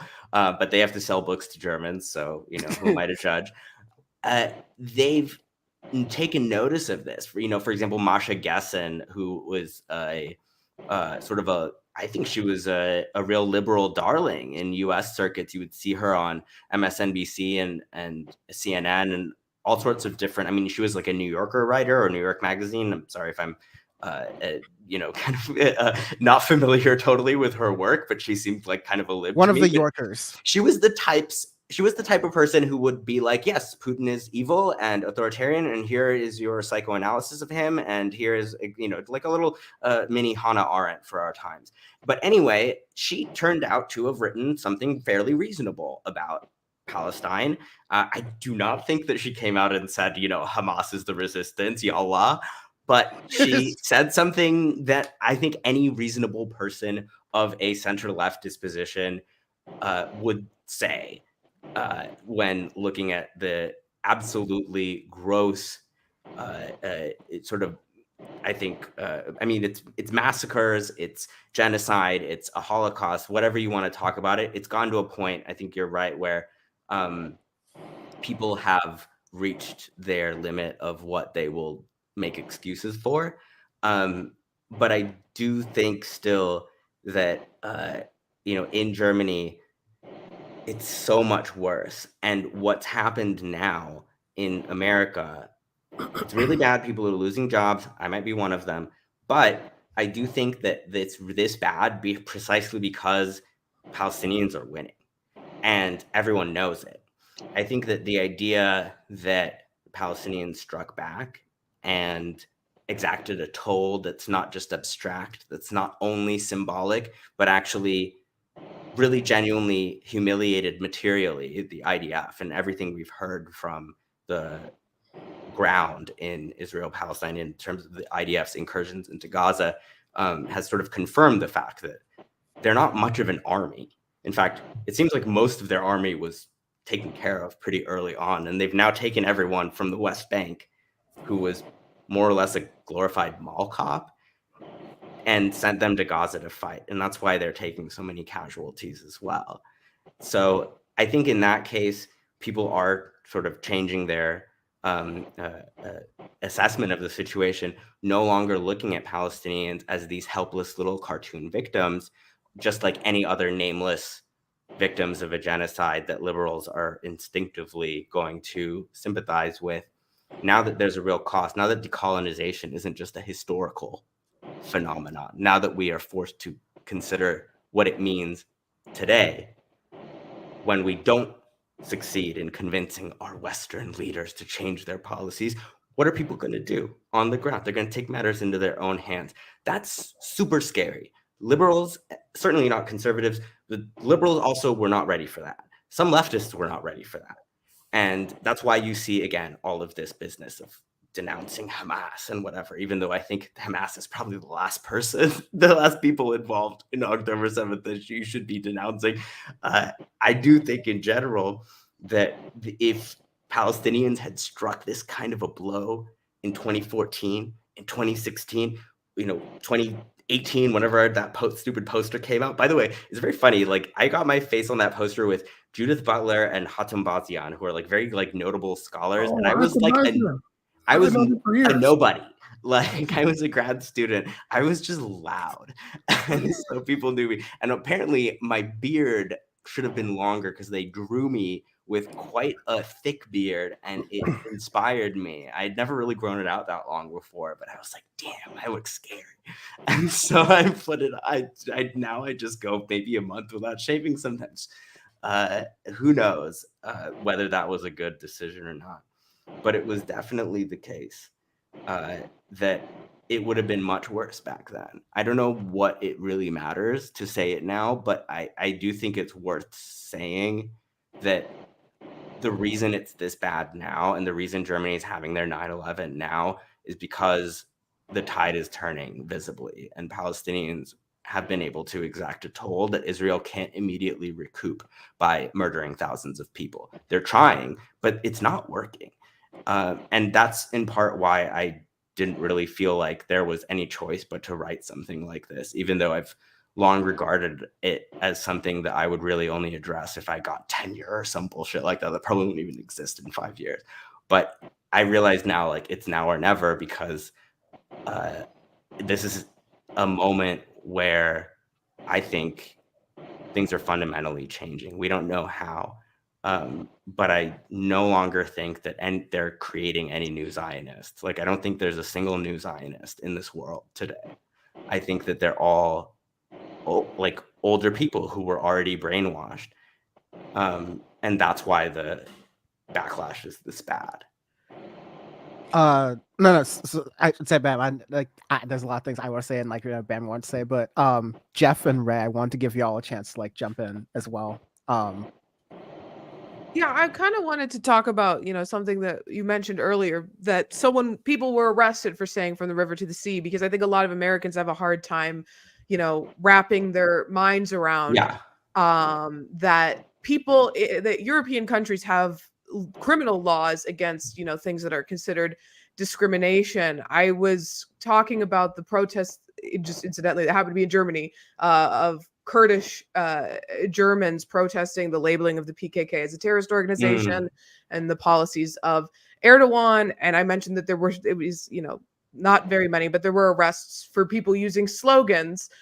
And I realized that for my, largely Yeah. American audience, they couldn't quite understand the concept. Like Yes. we can, as Americans, understand police brutality and overstepping, but that was something difficult for them, to maybe grasp. So I was wondering if you could maybe talk to like the difference there in the penalties, including criminal, that can be exacted against somebody for speech that you Oh, don't necessarily absolutely. see here. Absolutely. I think, there are great examples at every level. One might be, the CDU, the Christian Democratic Union, by far the most successful party in Germany's post-war history, is pushing a resolution to make support for Israel a condition of German citizenship. So if you are a dual national, let's say you, like a young lady that I talked about in the article, Reem Sahwil, who actually shared a really famous kind of tearful moment with Angela Merkel when she was a young refugee in the initial sort of so-called refugee crisis in Germany. Once she made a, from the river to the sea post, was instantly threatened with denaturalization, meaning take her citizenship away. She just got citizenship this year, by the way. And of course, deportation.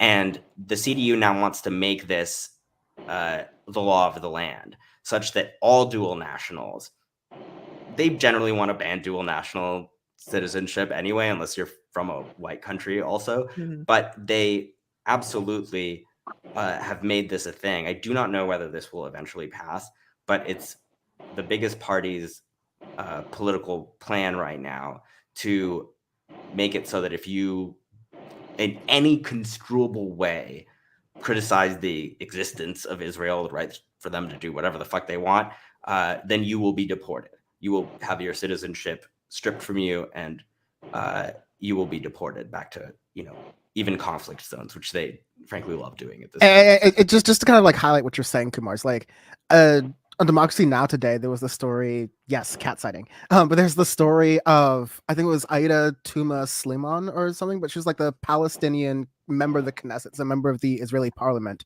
who was suspended. Essentially, I'm surprised she kind of made it until late November for not being suspended, or even before October for not being suspended, Yeah. right? But she was just speaking out against the Israeli government's response to the October 7th attacks. Like, literally, what else is one supposed to do as a member of parliament but criticize a government's response or approve a government's response?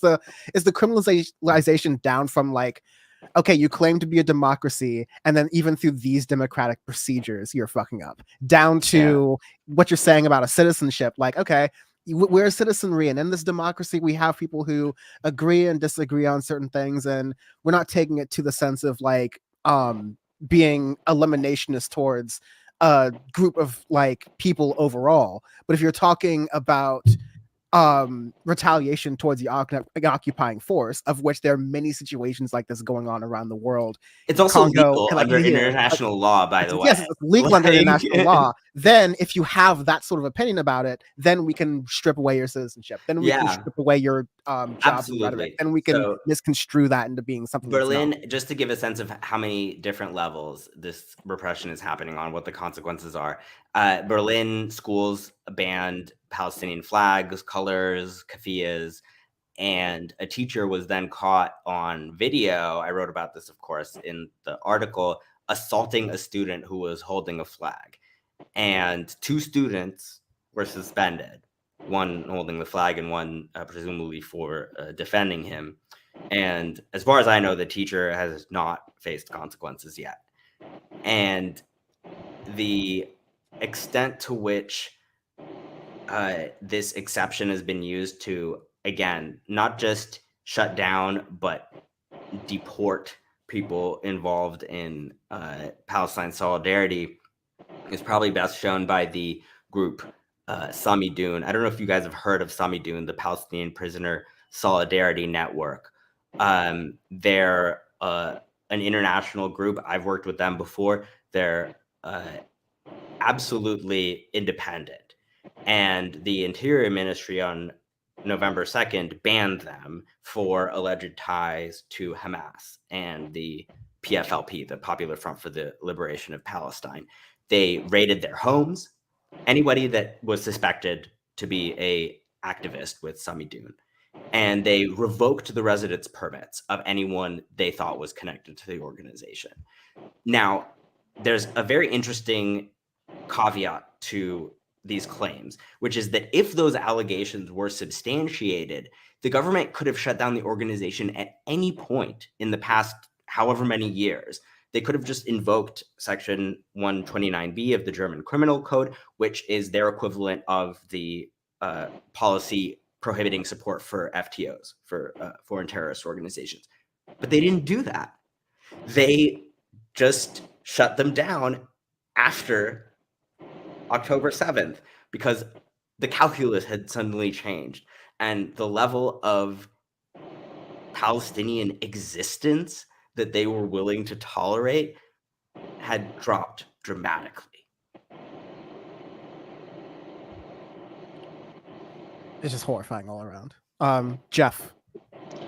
Yeah, Kumars, I actually wanted to jump off of what Ray asked you earlier in terms of justice, or I guess injustice.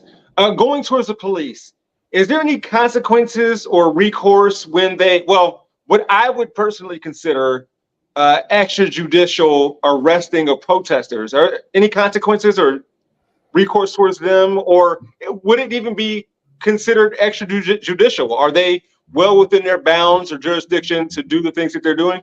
No, unfortunately, they kind of are, because this has been made an issue of official policy.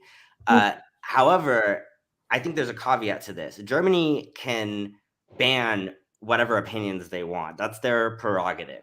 However, what ends up being the case is that these policies are in effect extremely racially discriminatory, because the only people who are publicly identifiable as Palestine supporters are people who are part of Germany's largest ethnic minorities, who are people of Turkish descent, people of Syrian descent, Palestinian descent, Jordanian descent, etc. Of course, a funny anecdote that probably should be mentioned is that Palestinian identity has been such a taboo in German society that even Palestinians growing up in Germany were corrected by their teachers when they identified as Palestinian, telling them, I'm sorry, you're Jordanian.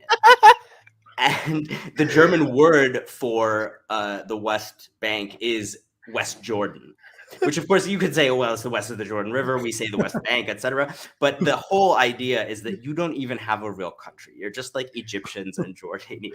Like, for folks who don't know, like German, a language where you can create a word for everything. All of a sudden, they're like Men in Black on this. Like, let me just like wave the wand for you and just go, no, that's not what you're talking about. That's right. And so, to me, when you, forget again what I brought up before, the fact that there are officials charged with prosecuting anti-Semitic activity who are conservative, white, Christian Germans, telling Jewish anti-Zionists what anti-Semitism is. Let's put that aside for a second.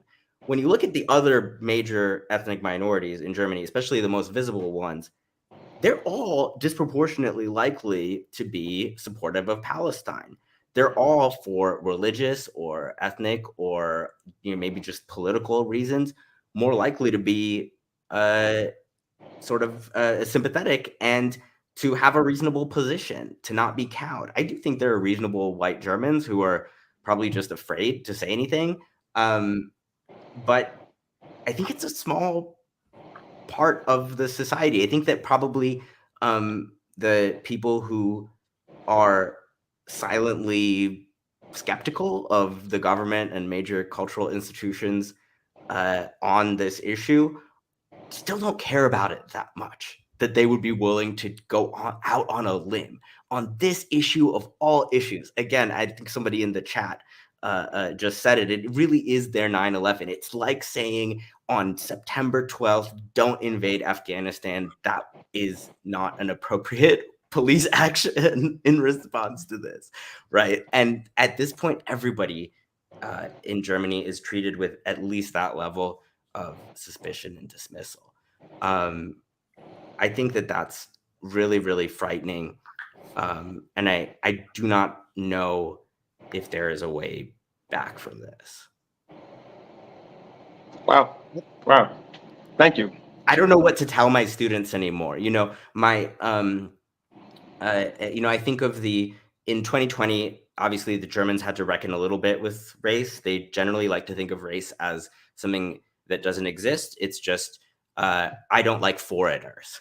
As if like the Ukrainian refugees that they took in, the Ukrainians that they fought so hard for, they argued so unanimously for. Kumars, wie sagt man Caliper auf Deutsch? So did they add no point? Did really the Germans have no idea, or like, yeah, I understand this, like, they don't. Yeah, thing. it's actually it's very interesting because I think that in the United States we're much more likely to see racial antagonism as part of the core identity of the country. Like, even if you are a conservative who generally doesn't like to think in racial terms, I think that it is still a point of contention whether America is like fundamentally racist, like what to do with the racial problem. In Germany, just like in a lot of these other countries, they have had a really homogenous ethnic identity, not in reality, but in theory. These were just supposed to be countries that were based on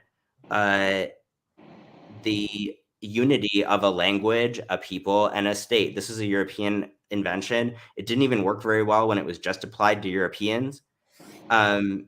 But I think that in particular, the idea that people are, not going to fit in to your mainstream culture is unacceptable to Germans. They have serious debates about whether white mainstream German culture should just be what everyone has to conform to.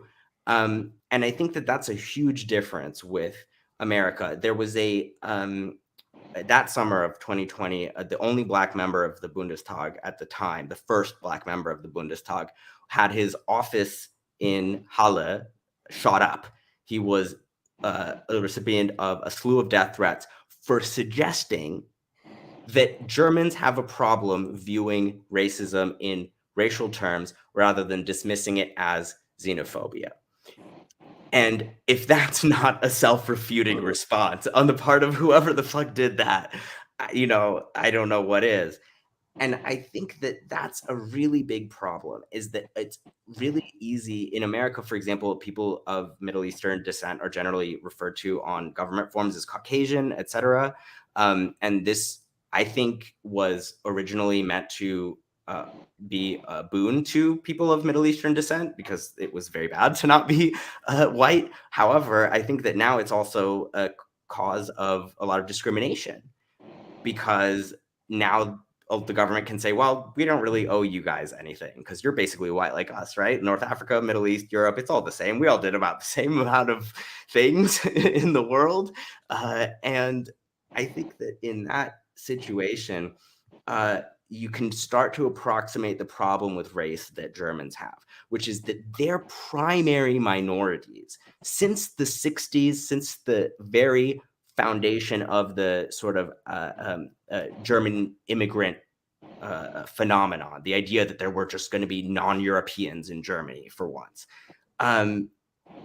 there have been Turks in particular, but Middle Eastern folks, people from African nations, etc., working in Germany. Of course, East Germany also brought in a lot of different folks from different war zones, etc., and also students. However, I think that in general, the idea of Germany having an immigrant identity like America does is super controversial. In fact, I would go so far as to say that most immigrants do not agree with the statement that Germany is a nation of immigration.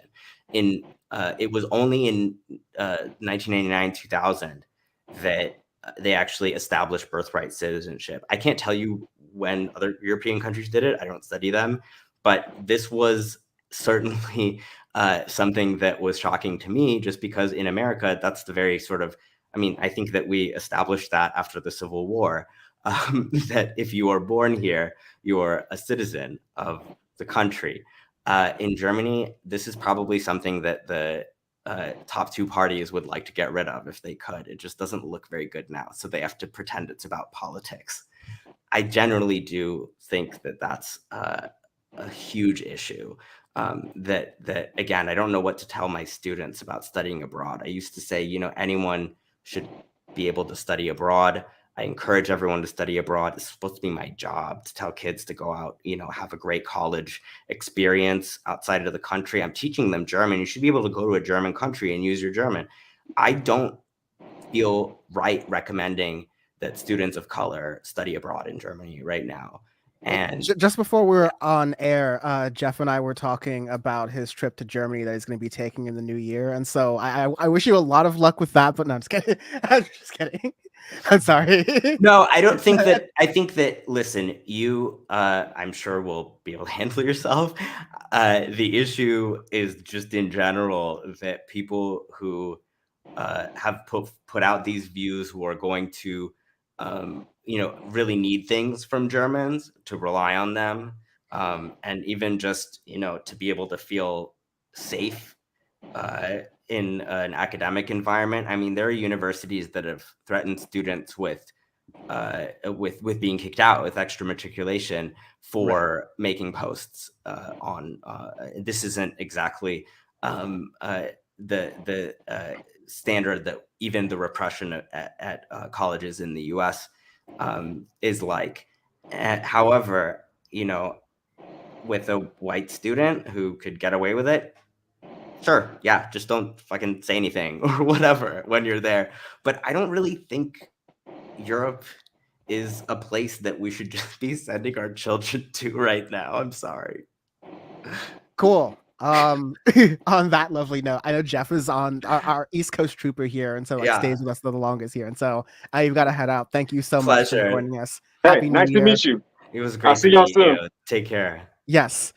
And Ray, I know you had a long one in your central time zone, so if you need to hop off soon as well, just holler. But I think both of you, Ray and Bam, had other questions or things you want to ask or talk about based on what Kumars had said. So floor is yours for that. Bam. Well, I just wanted to mention one thing that you just said, but I have another thing I wanted to say too. But when you said that in Germany they just look at racism as xenophobia, it kind of shows that they look at immigrants like you could never be German for real, Yeah, that's honestly how it is that I think that in America, for all of its faults, there's a baseline assumption that American is not racially specific. People who are white nationalists in America have to do a lot more work rhetorically, ideologically, to justify the idea of America as a racially pure state. Now, a racially hierarchical state, they've had that before, and they arguably still have it. But the idea that it's just a matter of belonging, like that, we belong and nobody else does, that's Europe. Like, that's something that we, thankfully, in North America have a little bit of distance from. Well, I went to Portugal and it kind of wasn't like that, but that's fair. I actually hear nothing but wonderful things about Portugal, so I would like to make an Iberian exception. Although they still love Spain, a little too much in Spain. I was gonna say it's pretty rough, but based on the treatment Portugal of sounds lovely. Vinicius Jr., I would say Spain is not doing a good. Did something happen to Vinicius Jr.? What did he say? He gets racially abused like all the time. Yeah. Oh no! Well, I believe that. Horrible. Yeah. But they do that in England too. Let's be fair. Oh yeah. But Italy's probably the worst. Well, I've heard that too. What I wanted to bring up actually is like I feel like right now we're seeing, and I think somebody mentioned it. At least we've probably all mentioned it. Like the mainstream backlash against Israel is kind of like unprecedented right now, but it's kind of similar to. I mean, not that I was an adult, but I kind of, learned about it. I mean, I didn't know about it when it was happening, but the first Intifada was like another time where Israel was getting a lot of backlash. I don't know about the mainstream, but like kind of the popular consensus is that Israel is like riding tanks on kids throwing rocks. Like that was the image of the first Intifada. Do you know like how, like what was the response in Germany at that time, like the late 80s? Early 90s, what was it still this bullshit you're saying now? Oh, I'm sure it was. I think that it was pretty bad. It's just that I also don't have much recollection of it. Yeah. As a scholar, rather. I mean, I wasn't even born yet, but I do think that this has been a gradual process where, as West Germany has come to define itself less and less by its opposition to East Germany, like it was basically for the majority of the 20th century, the idea that German identity has to be based on something else has grown in importance. Also, as they've let more immigrants in, they've let some of those immigrants become citizens. The idea that German identity still has to mean something exclusive, that it's still based on the relationship that some people have to, Dan mentioned the quote earlier from Dirk Moses, the idea that it's almost like a privilege of being German, that you did this horrible anti-Semitic crime, the crime to end all crimes. And now, because you did it, you have the right to tell other people what anti-Semitism is. And I think that the importance of that has become greater and greater as Germany has really lost its post-war image as West Germany, a place where people are generally free and there's a welfare state and people, they're really trying, folks. Like, they were super racist, but they're really trying. And I just think that just like we all went, a little more neoliberal in the West after the fall of the Soviet Union, because we sort of lost our excuse to put up a good face on capitalism. I think that Germany also had this to an extent, that suddenly, fascism was on the rise. I mean, among even just ordinary people, that suddenly hate crimes went up, absolutely manyfold. And these are things that I think people become more and more attached to as they lose other sources of meaning. Like, I don't know what being German means today, except to have this, like, honestly pathological denial of reality. Like, I do not look at a part of German society today and say, like, this is where the future of, like, a progressive future for this country could come from. And I look at America and I see those things still in all the darkness. Are you saying preemptive strike? Almost, although I still have aspirations of higher office. So okay. The last thing before Ray says, like, okay, do you feel like this kind of, like, obviously someone who's of Turkish descent or Arab descent is going to have issues feeling German in Germany, but it could also be like their skin color. Mm-hmm. Do you feel like it's the same for somebody who's like Polish German or Russian? Mm-hmm. Maybe Russian, that's a bit of a stretch, but like Polish or Polish is a great example. Dutch, maybe, like, are they going to have those same issues as Dutch? I don't know. I think that Polish, listen, when you're talking about Germans and their relationship to Eastern Europe and the Slavic world, that's a really a relationship of subjugation and hatred and bigotry. And Polish workers, of course, including in other wealthier Western European countries, have had a really a role as a subordinate working class as well. I still think that it's worth insisting that the racial dimension is stronger for people who are actually non-European. Mm-hmm. And I think that is something that Germans have yet to really grapple with, because they're used to saying, oh, we're not racist. We love everybody in the European Union. We let everyone in the European Union come here, and they can stay here and work as long as they're from the European Union, which means as long as they're white. And I think that it also explains to an extent the extent to which Germans have embraced European identity as a sort of substitute for German nationalism, because it still doesn't make them that uncomfortable. They still view Europe as like people that they should generally try to be nice to because they weren't before.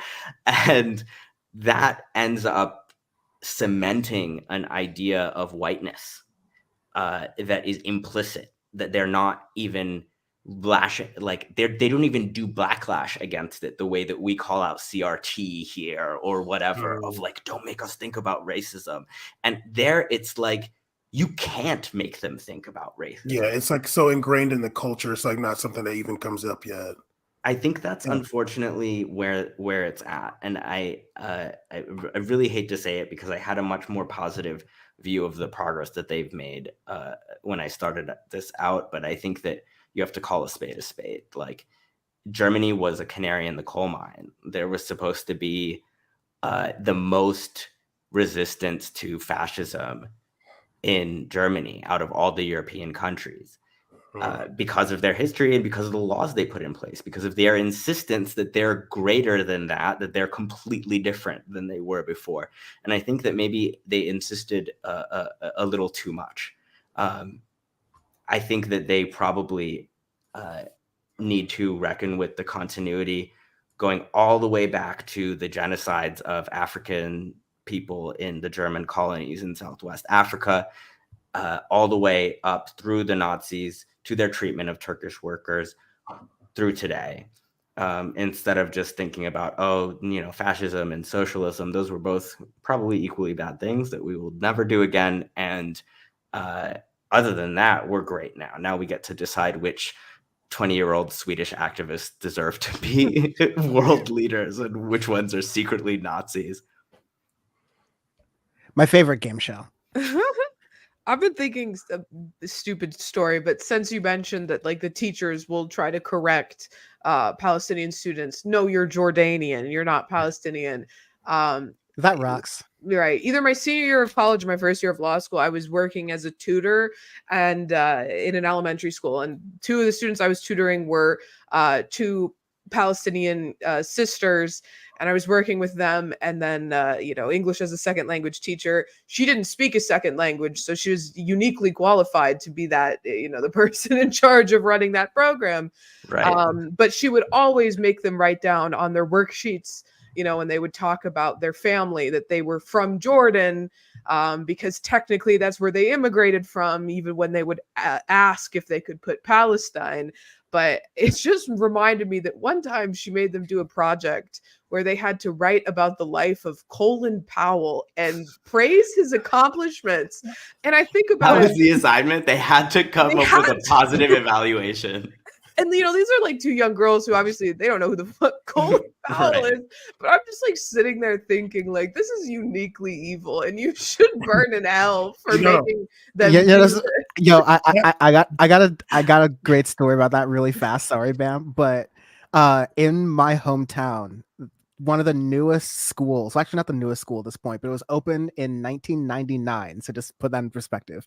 It's the Colin Powell Academy for Success. It's an elementary school. And I know this intimately because my dad was working in the district when the school opened. And I was there for the opening ceremony as the token Black kid. So that was just America, baby. We love that. Did everyone come up to you and ask if you were related to Colin Powell? Yeah. As the only Black kid there.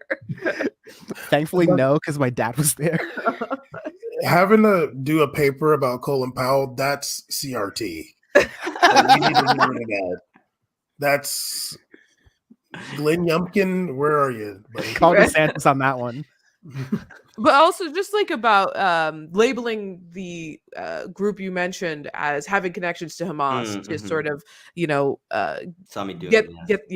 to stop them from what they were doing. I mentioned earlier the Kurdish protest against the labeling of the PKK as a terrorist organization.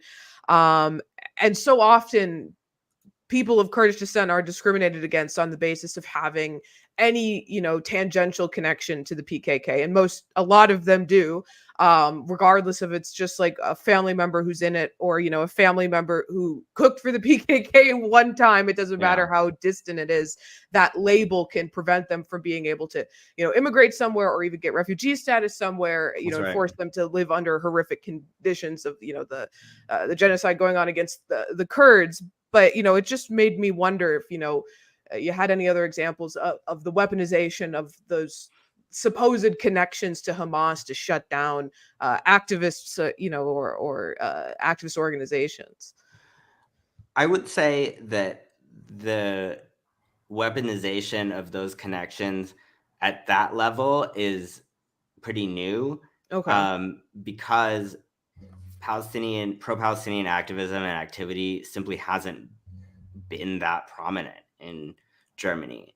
And I don't think, for example, that there is any reason for that to necessarily be true. I think that, for example, in Germany, there is the highest population of Palestinian immigrants, refugees, and otherwise, of course, ultimately all refugees in the entire continent of Europe.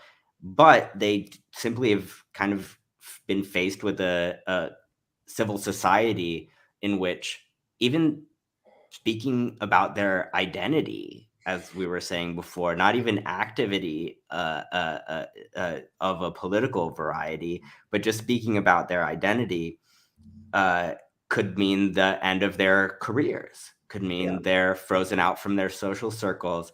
I think that in the case of the BDS crackdown, the primary mechanism that resolution took was to forbid government funding for any kind of projects that were going to be related to boycotting Israel, or, again, any kind of criticism of Israel that might lead one perhaps to say, maybe we should boycott this. Now, the problem with that is that Germans fund a lot more of their cultural institutions than we do. And so that's actually a really big percentage of what's allowed.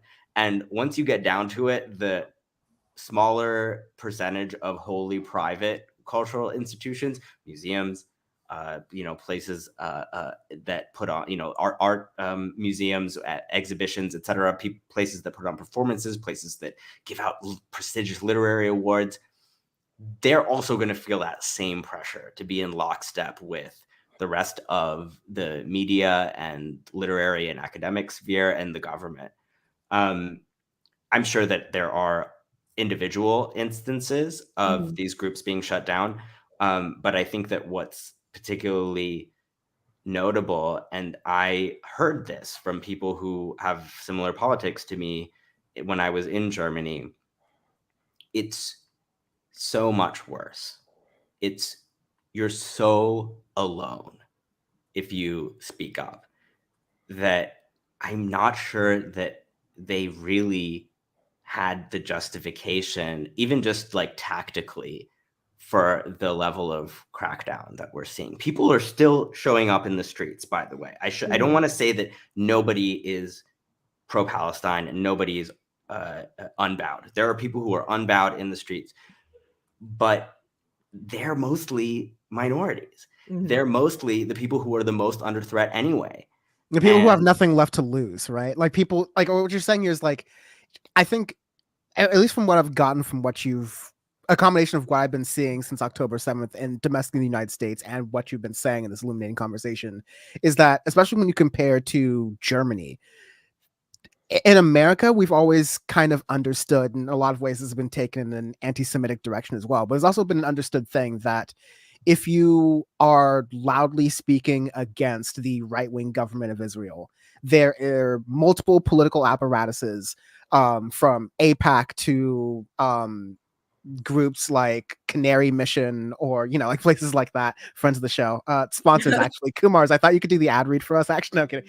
But absolutely, nobody has a Canary Mission page longer than me. Get 20% off with my code.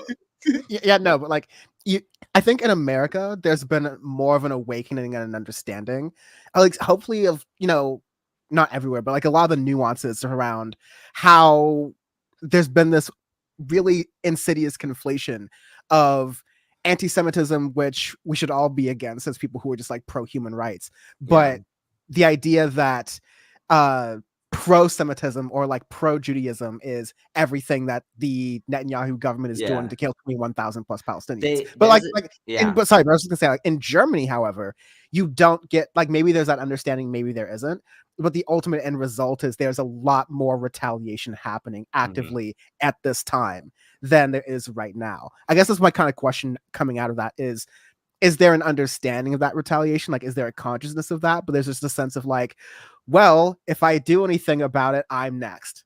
I would say that there is some outcry.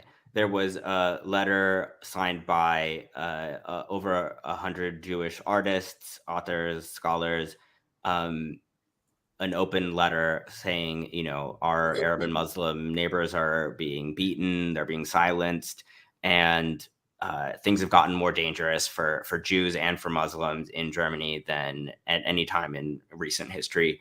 Not a lot of people ultimately, when it gets down to it, sign that letter. And I can think of a number of exceptions that I found disappointing but not surprising. In the context of the BDS resolution, even that I brought up,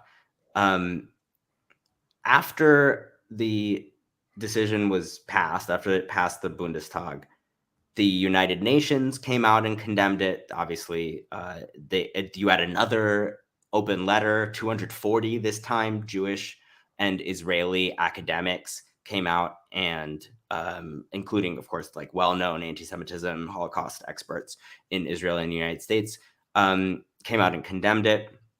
But the backlash to that statement by Jewish and like Israeli scholars condemning this anti-BDS measure was so intense in Germany that the director of the Jewish Museum in Berlin, this is a renowned Jewish scholar of Jewish studies, I should say, Peter Schaefer, was forced to resign for tweeting a newspaper article about it. Like, not even saying, like, I think this, but just tweeting it.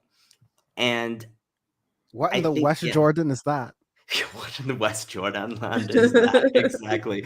You know, you've had moral panics nationwide over people who are considered absolute class A, world-renowned intellectuals, whatever we think of their politics, like Jewish American philosopher, famously, Judith Butler.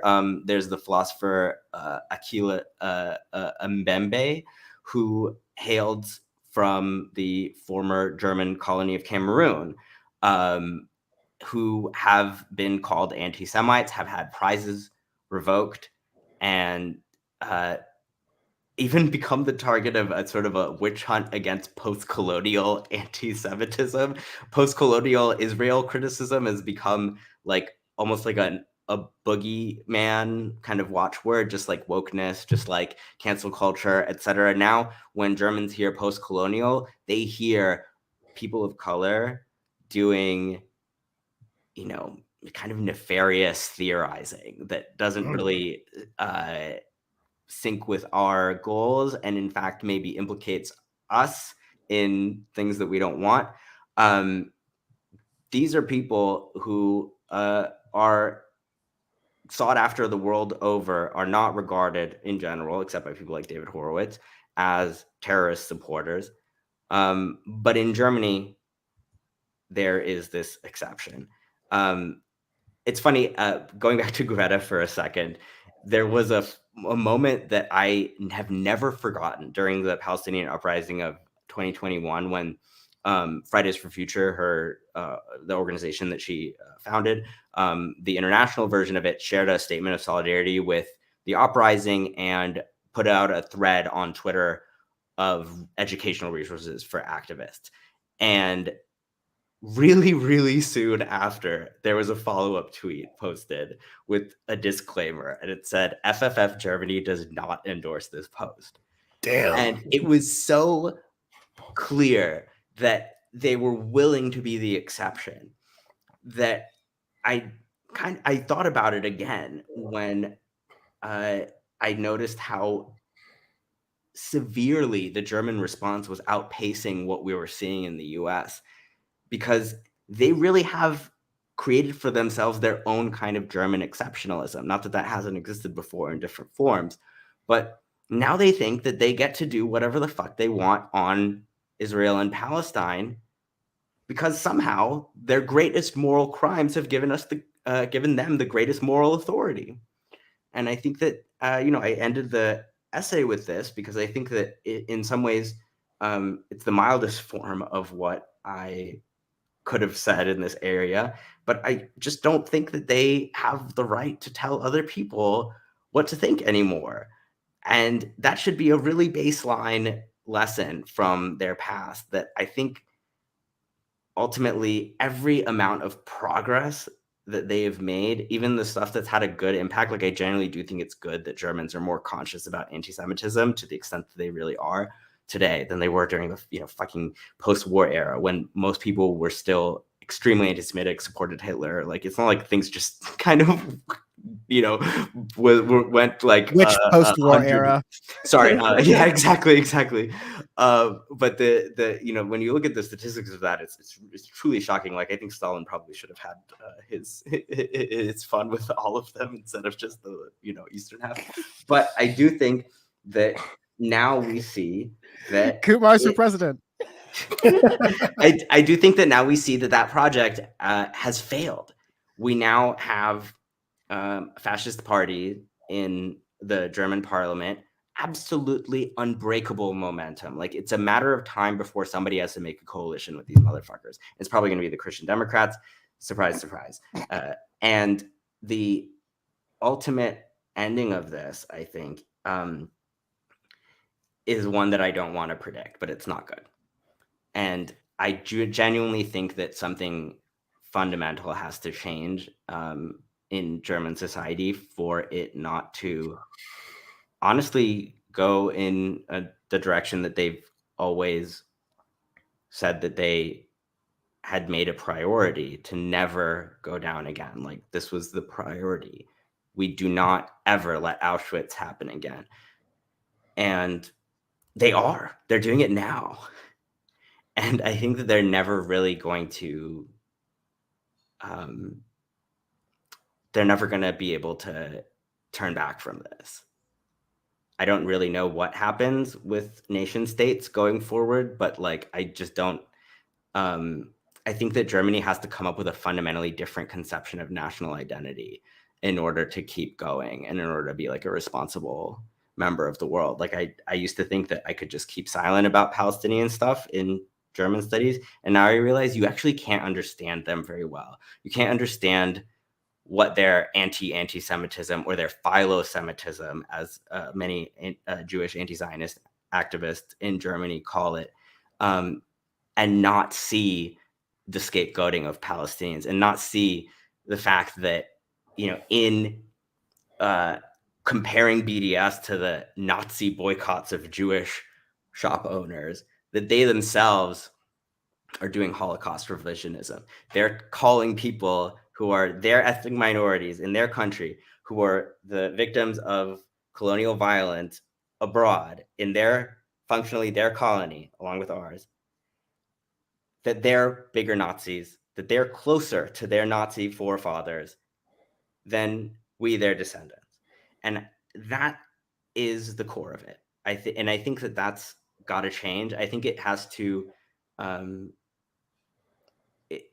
I genuinely think that it has to be made apparent to Germany that they are an international outlier. I almost just now said I think we have to isolate, boycott, divest, and sanction from Germany because honestly, the more I talk about it, you're next. The more I talk about it, the more I find myself kind of feeling that Germans probably are going to go down with the ship when it comes to Israel, even if other Western European nations don't. What are we boycotting? What do they have? No more Bundesliga, Bam. No more Bundesliga. No more Farmers League. No Audi. just Damn it, just as Bayer Leverkusen is about to win. Right. I like that e-tron Audi, but I can't get it. Damn it. I've actually heard, and I live in Oklahoma now, where people are they love their cars and gas guzzlers and all this stuff. They love German cars, but they hate that they take so long and I guess so much trouble to repair. I've never owned a German car, so I don't know. But apparently they're really not very thoughtful about people that have to fix these things later on. I had a Golf for a long time, and it's also just because the parts are not readily available here in the United States, and like as opposed to like Japanese vehicles and American vehicles, so it was always a bitch to to try to repair it. Maybe America was already doing the German BDS. Right. Well, I mean, listen, the Biden administration said they are going to sanction individual settlers now, which again, I sort of poo-poo this publicly generally because it's like, what are you going to do? Maybe like one or two people when every institution in Israeli life is complicit in the settlements. But still, that's a sanction. Like people were like, that's never going to happen.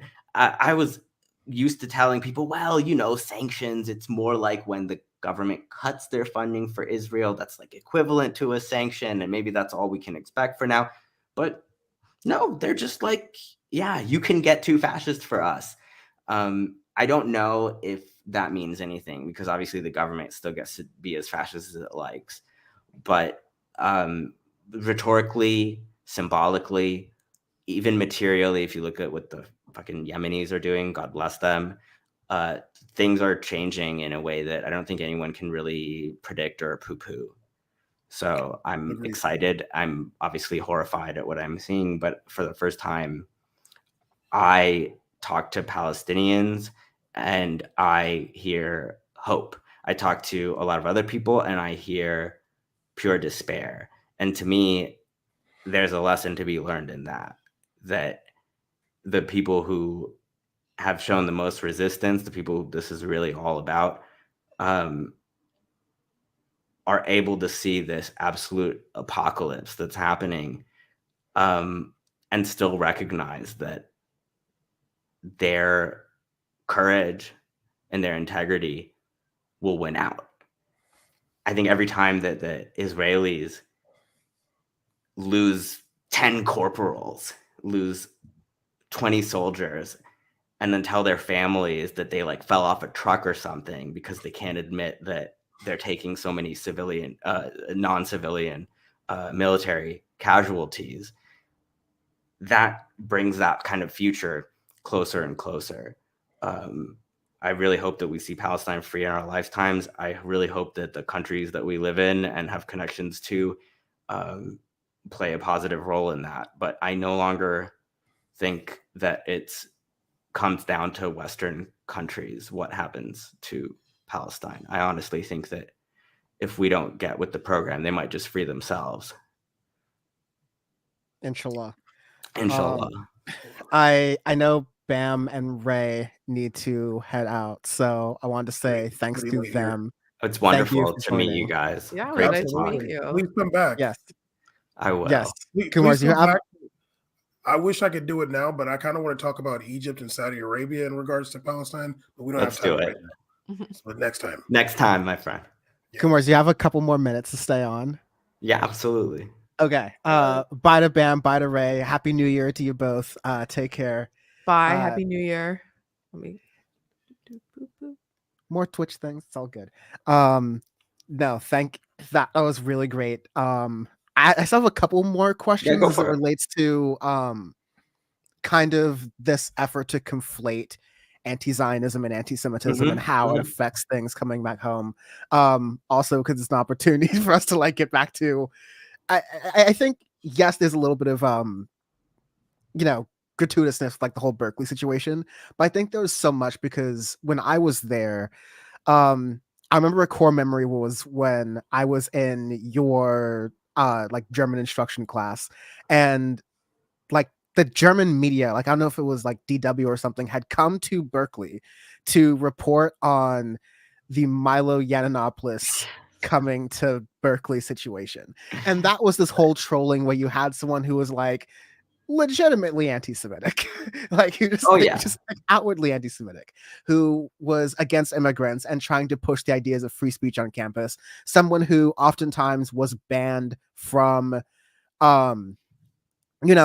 Twitter because of Germany's free speech laws. Like this is a textbook case removed from the situation back in 2015, 2016, 2017. And yeah, we were watching it for shits and giggles, like in the German class you were instructing. Yeah. But like, it was like one of those moments where it was all kind of converging together, where you have this, on the one hand, you have conservatives, many conservatives in the United States who are, now seeing themselves as being Zionists, who have spent the past couple of years being, free speech absolutists, and talking about what's the most you can do on a college campus and not on a college campus. So it's, I mean, again, interesting, but not surprising to see that distinction happen. But I guess from your perspective, because I just threw a lot of things out there, especially for the audience, like what is behind, in your seeing, this double standard from American conservatives, and what type of speech is okay to limit on college campuses? And then on the flip side, how, on the other end, when there is a group that says you're an anti-Semite, they can put your face on posters and put you on the internet and go after places you're employed for. When you're calling for the death of Muslims and the death of Palestinians and the dehumanization of that, like, I don't know, maybe you get dragged on TikTok, like at worst. Like, usually keep your job. That kind of stuff doesn't happen. There isn't that like kind of apparatus usually surrounding that, even though we can usually agree that these are like shitty things to do. But yeah, what's your take on that? Yeah, I think it comes down to, I forget the exact wording of this quote or who said it, but this sort of famous definition of conservatism that, there's for conservatives, the law exists to bind other people and to free you. So the idea, I think, of them being free speech advocates was like so superficial that you can basically just regard it as a rhetorical device. I genuinely think that whenever they said free speech, they just meant the right to say super right-wing stuff and have it be accepted, because they weren't really being banned anyway, aside from like Germany or whatever. Like, again, like Milo Yiannopoulos is coming to Berkeley. If you think anyone's banning things in public university, I generally... They called students protesting it, and okay, listen, I remember some fireworks, and I remember like the MLK building, the brand new shiny MLK building was like on fire for a little bit. Like, we were throwing it down, don't get me wrong, but like that was students saying. I was accused of having no small part in that, by the way, because at one point I tweeted something that I didn't know for a fact to be true, but which I assumed was true, which was that he was going to do what he had done at a school in the Midwest, which was to out undocumented students and tell people to call ICE on them. And I merely suggested on Twitter that this could happen here. And I generally think that for something like a Milo Yiannopoulos visit to Berkeley in 2017, it was, again, after Trump, it was really important for people on that campus to make a statement. And I think that it is never, I think this is very naive sometimes of people in an older generation who associate a lot of their political victories with appeals to free speech. I think it's really naive to try to appeal to the kind of sense of free speech of conservatives, because they're generally just going to be for the speech that they like.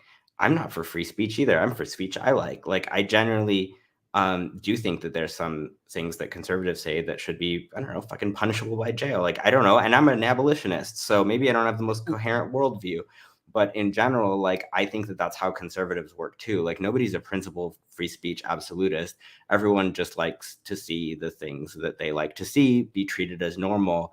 And the things that they would rather not see treated as unacceptable aberrations for which, no like just society can have any tolerance. There's something in that really quickly that there's definitely a naivete at this point. If you've gone through, like myself and others I've been related to in the universe, like I've done countless videos on debunking Ben Shapiro or Matt Walsh or some Daily Wire creep or some Prager University like thing. And so we've gone through, like, at this point, if you really believe that there are actual concerns about free speech, it's naivete, right?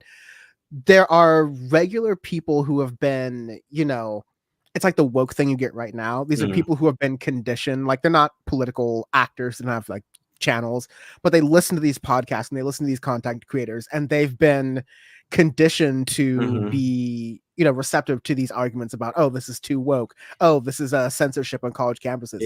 And now it's being weaponized in this different way. Do you think that there is a way through that same lens that everyone deep down doesn't really believe in free speech? They just have like what they want to censor and what they don't want to censor. Is it a matter of attacking it through that framework I just described in order to win people over to our right side? I think that's or a good is it question. something else? It's a good question. It's a natural question for a YouTuber / Twitch streamer who, is invested in dialogue in a platform where there's a lot of very, very differing opinions to yours. I genuinely think that if it is possible to make this point, then you would make it something like this, which is that everybody has their limit when it comes to free speech. And you can tell because every single one of the free speech warriors is now an anti-trans person who wants to ban personal freedom for young people to get treatment that they want. Some people, obviously, the most conservatives are like just banned it in schools, fire all the gay teachers, etc. But like there's a decent number of liberals, even people who are center left, who consider themselves critics of wokeness, who are for harsher regulations and certainly just a general moral panic about how our kids are being turned trans. And that is a really good example, I think, of how people don't respect opinions when they think that they're dangerous. And like, that's like super fucking subjective. So I obviously think that kids having more access to medical care that is gender affirming is really good. And I actually think people arguing against it is dangerous. So like, it's very silly to be like, oh, I'm sticking to some abstract principle. Like, no, I'm sticking to a concrete principle, which is that like people who are oppressed don't, deserve your shit. And in general, the pursuit of convincing people who have heard this argument and are unswayed is probably nil. I think that you can always market your ideas and your discourses towards people who are neutral third-party observers. And that's always useful because when you're debating a fascist, you're not going to convince them. You're potentially going to convince other people. But you then also really have to be conscious of the ideological terrain that you're fighting on. I think there's no area more dangerous than Israel-Palestine to try to find common ground on which to own your opponent. I think in general, there is just the facts of what has happened in that land since 100 years ago, when the project of Zionist colonization was frankly already started. That people who at this point are unswayed, fuck them. Sorry. Yeah. But on the other hand, I genuinely don't think that they're making new ones these days. I think that this is an issue, all the other social issues, let's acknowledge that, unfortunately, despite what maybe Democratic polling consultants assumed would happen, young people are still turning out extremely conservative on social issues. That's something that has to be analyzed in its own way. But on Palestine, That's not true. I actually see, I mean, we can get into this or not, and I actually don't know entirely what it's appropriate to say about this, but like, look at fucking Candace Owens, right? Like, who exactly would have expected that 2 years ago, 3 years ago? I'll be honest, I would have. I think You would've. Candace Owens is an interesting example. You're touching on like themes of Black conservatism. That's You're right. touching on themes of like, you know, Candace Owens's own flavor of, you know, she made that comment of, well, Hitler's only big mistake was that he had intentions outside of Germany. That's It was right. like, That's you know, right. so she Candace Owens kind of fell on the grenade that was Kanye West for a little while. Yeah. I'm not even going to mention his in Hebrew apology that I he don't posted a couple even, days ago. Like, I don't even know what to make of that. not relevant, right? But like, I think Candace Owens is a particularly interesting case. I Yeah. think if a lot of those things are Candace specific, I think there's like a broader thing about like Blackness and the situation with That's Israel fair, but I Palestine. will say that I think that it's not just her. That's also fair. There's right wingers in the, you could call them Tucker adjacent circuit, like the populist, nationalist, conservative strain, who are actually much more brave and vocal critics of, apparently at this point, Israeli policy and U.S. support for Israel than the libertarians ever were, which was supposed to be their big thing of like, oh, we don't like foreign aid or whatever. And Israel's, you know, maybe technically one of those. And like when I see this like right-wing MMA fighter, Jake Shields or whatever, he's like turned his Twitter feed. It's all like toxic masculinity until like, I don't know, like a month or two ago. And now it's all like, this is what Israel's doing. It's super bad, dude. And There's something to be said, like the people who were used to be boosting, like, I mean, not everyone, but a lot of Andrew Tate boosters are also Yes. pro-Palestine. Yes, this is exactly what I'm talking about, that they're not making new ones, because 10 years ago, being inducted into mainstream conservatism or a popular form of conservatism meant buying into the Israel thing. In fact, it had just started to mean that you as a Republican or a conservative are particularly for Israel, whereas now, you know, we've started to see cracks in democratic or progressive support for Israel. And now that project has failed. Like, for whatever reason, even Trump, like a super pro-Israel president, don't get me wrong, absolute maniac and, you know, extremely hawkish, despite what his representation sometimes in leftist circles is.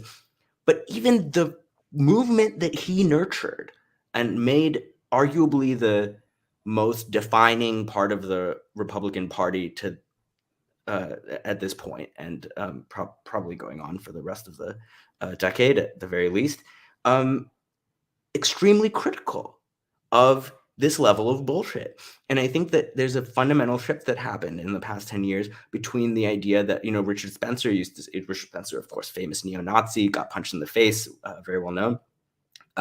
He used to say, My oh, spank Israel's bank, great. yes. He might not like Jewish people, but he appreciates that Israel is able to create a state with really efficient ethnic hierarchy, one that basically has preserved colonial racial relations into the 21st century. And I don't think that that's a very attractive proposition to fascists who look at it now, because they look at a side who is losing. They don't look like a winner. Republicans love a winner. The Americans love a winner. Israel looks like a loser right now. They look weak. They look cowardly. They look afraid. And when CNN is doing, I mean, like, sorry, but like when CNN is doing articles about like, well, damn, not only are the IDF killing innocent civilians and they're killing like camera crews that are related to people who work at CNN, but damn, it looks like we have footage of you killing Israeli hostages. So like, what are you good for? Yeah, exactly. I think it becomes really difficult at that point to convert anyone, because you're not even showing the world that you can preserve ethnic supremacy indefinitely. You're actually kind of showing your hand. Manufacturers are out of gas. Like you. I think that's what it is. I mean, you've seen, I mean, I haven't really seen the pro-Israel TikToks and stuff like that get any kind of traction without being ridiculed. Like, it's, and all the stuff that they're coming up with. I mean, the lady who's like supposed to be a Palestinian nurse in the hospital. Like, she has an Israeli accent and speaking Arabic, talking about how, oh yeah, I'm best buddies with Hamas and they're all here or whatever. It's all it's worse than I've seen before. Again, I wasn't around in the first Intifada, wasn't really paying attention in the second Intifada, but this is worse from their perspective, on like a filmmaking perspective, on like a propaganda level. It's not working anymore. And I kind of think that that's a notable shift. I don't think it's actually good that Nazis are critical of Israel. I think that it's always been bad to have the muddy waters of, for example, David Duke claiming to be an advocate of Palestine because his conception of global Jewish supremacy involves, Israel as a centerpiece of that. But I also don't think that it's something we can really do anything about when support for Israel is so absurd at this point, is almost honestly so embarrassing that even Nazis are deciding it's not worth it. I think that's probably more the way to view it, rather than, oh, we need to denounce this. Of course we should denounce it. We should denounce anything these people say. But it's not really their fault if their hatred of, what they think of as the Zionist entity has made them more impervious to pro-Israel propaganda than their previous generations of conservatives in America, or the people, let's say, who are really only interested in it because they want the apocalypse to happen and Jesus to come back. And what is it, like 2/3 of them, maybe 1/3 of them get saved? Anyway, Depends on which denomination of Christianity you're in. Yes, that's right. It's not very nice for the Jewish people who are there, but I don't think any of this is actually going to happen anyway. I do think in general that the conservative movement is reflecting in some ways the same fractures that the Democrat and kind of progressive factions in this country are. And that's,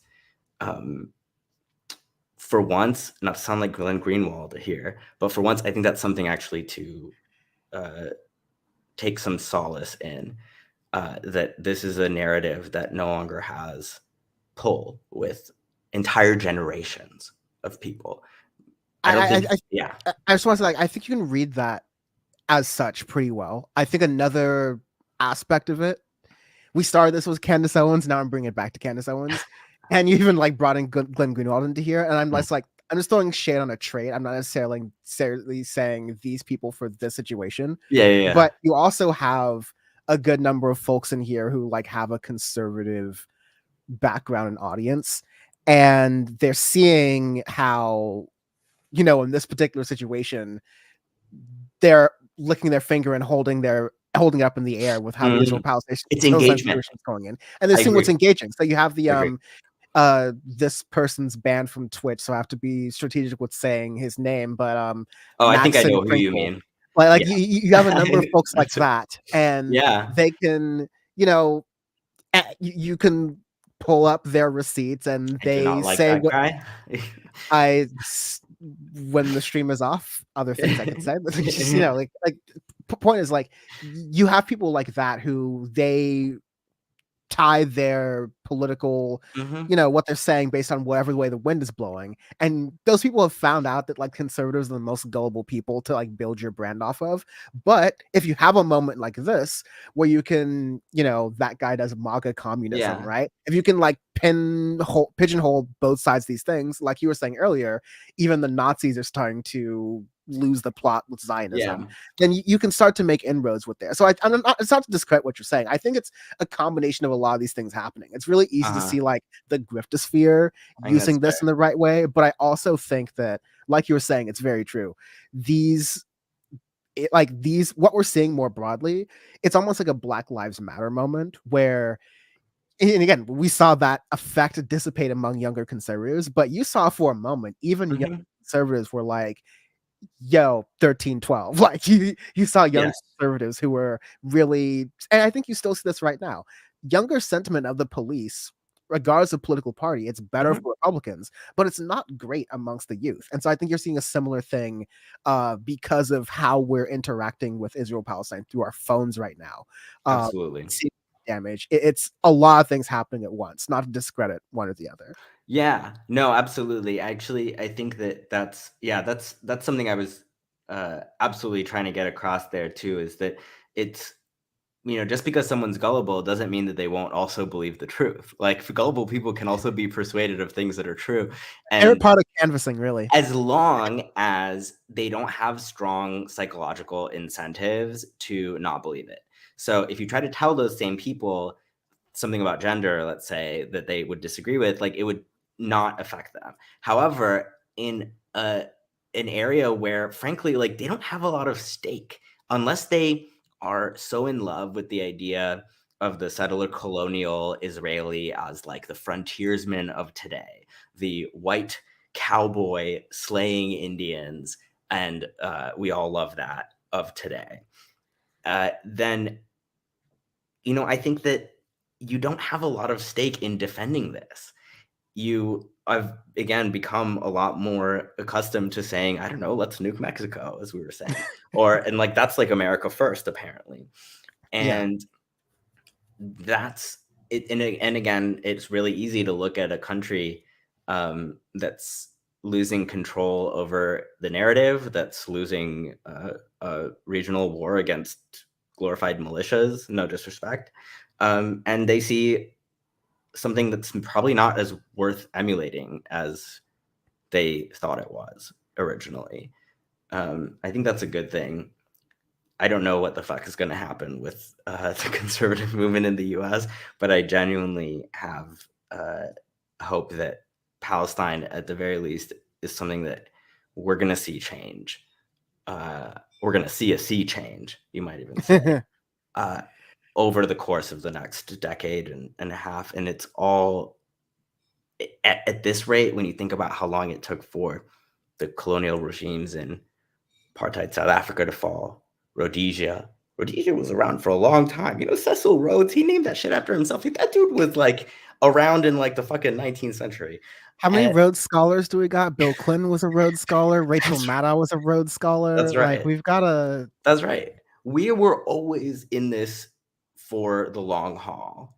And we finally reached some milestones. I think that in American society, polarization has generally been a revelatory fact. People who lament it tend to have, again, naive conceptions of how much agreement there used to be among ordinary Americans before, or how good that was.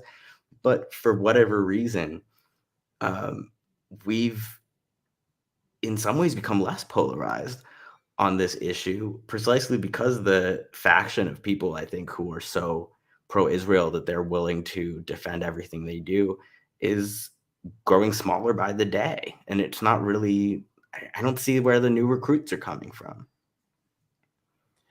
Yeah, I mean, we've had this conversation with the, thunderstorm of gullibility kind of like looming over it, right? And so you're definitely getting people who for some reason are, for reasons we can pinpoint very clearly, are falling down the usual content pipelines and for the usual reasons of seeing, all Palestinians are Hamas. Just again, not to false equivalency it, but just as a lot of people are falsely seeing, all Jewish people, all Israelis are like the IDF, right? Like you're getting people who just like see it in a 1 to 2 dimensional way in general a lot of the times. But I think overall, the overall tide is, before you came on, we were talking about what 2023 is going to be remembered by. And before October 7th, like, it was a pretty, like, there's some usual, year in review comedy show type things you could do. But really 2023 is going to be remembered much like 2022 with the Russian invasion of Ukraine. The Israeli, this assault, 21,000 plus people killed at time of recording, 100 plus journalists killed. Like, we're breaking records for how deadly this is. That is going to be how this is remembered, and it's going to be really obvious like what's the right side of history that is. I even think, and I don't mean any disrespect, that the Ukraine comparison doesn't quite do it justice. I think I would that agree. people will forget about that very soon. It seems like US elites have already decided that they've basically forgotten about Ukraine. There was a recently, what was it, a major newspaper article, I only saw the headline, but it was basically like, Ukraine doesn't need all its territory to defeat Russia. And it's like, I'm sorry, I've never seen a more open admission of defeat on the part of the US empire than this. Fuck them. But I actually think that was the headline, which is fuck them. Yes, fuck 'em. I actually think that what's different about this is that nothing will be the same. Like, I think that's something I didn't fully appreciate at the beginning of this. I was actually a little critical. I was like, wow, I don't really remember 9/11, but I mean, weren't there so many hate crimes and blah, blah, blah. And like, it was a lot more, you know, it happened in this country. Ground Zero Mosque. Germany is its own thing. Yeah, Ground Zero Mosque. There was definitely not a mosque, not a Ground Zero, but that did stick. But I do think that something has changed that cannot go back. Like, the American politicization around this issue that people are afraid of will affect Joe Biden negatively, as if like he needs another thing that will cost him the election. I think if Arab American support ends up being the reason he loses to Trump, then he's overperformed by an outstanding margin. Like, it should be commended. I genuinely do think that there's no putting this genie back in the bottle.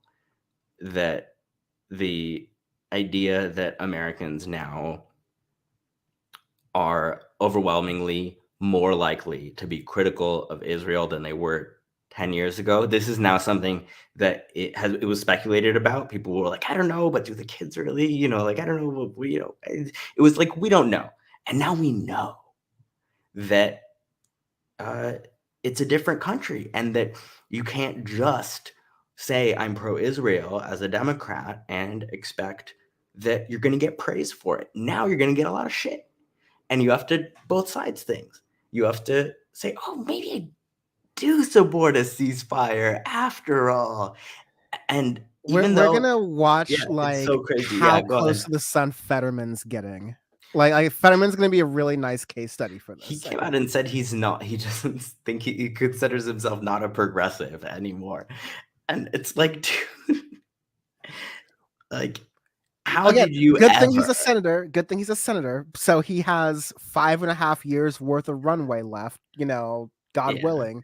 But like, that's going to be a very interesting case study to seeing if that kind of rhetoric is really going to work. Because I think you're right. Like, this is for a certain part of the generation. I think the question is, how long does it resonate for conservatives, right? Like, but I think for a certain part of the generation, especially on the center left and on the left for sure, you're not going to be able to, you know, do a version of Nikki Haley's.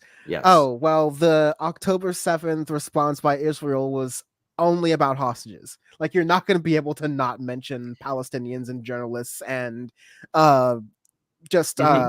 Hasbara from the like Israeli government. Like, that's a good caveat. I've said this a couple of times. I don't presume to know what happens with right wingers going forward.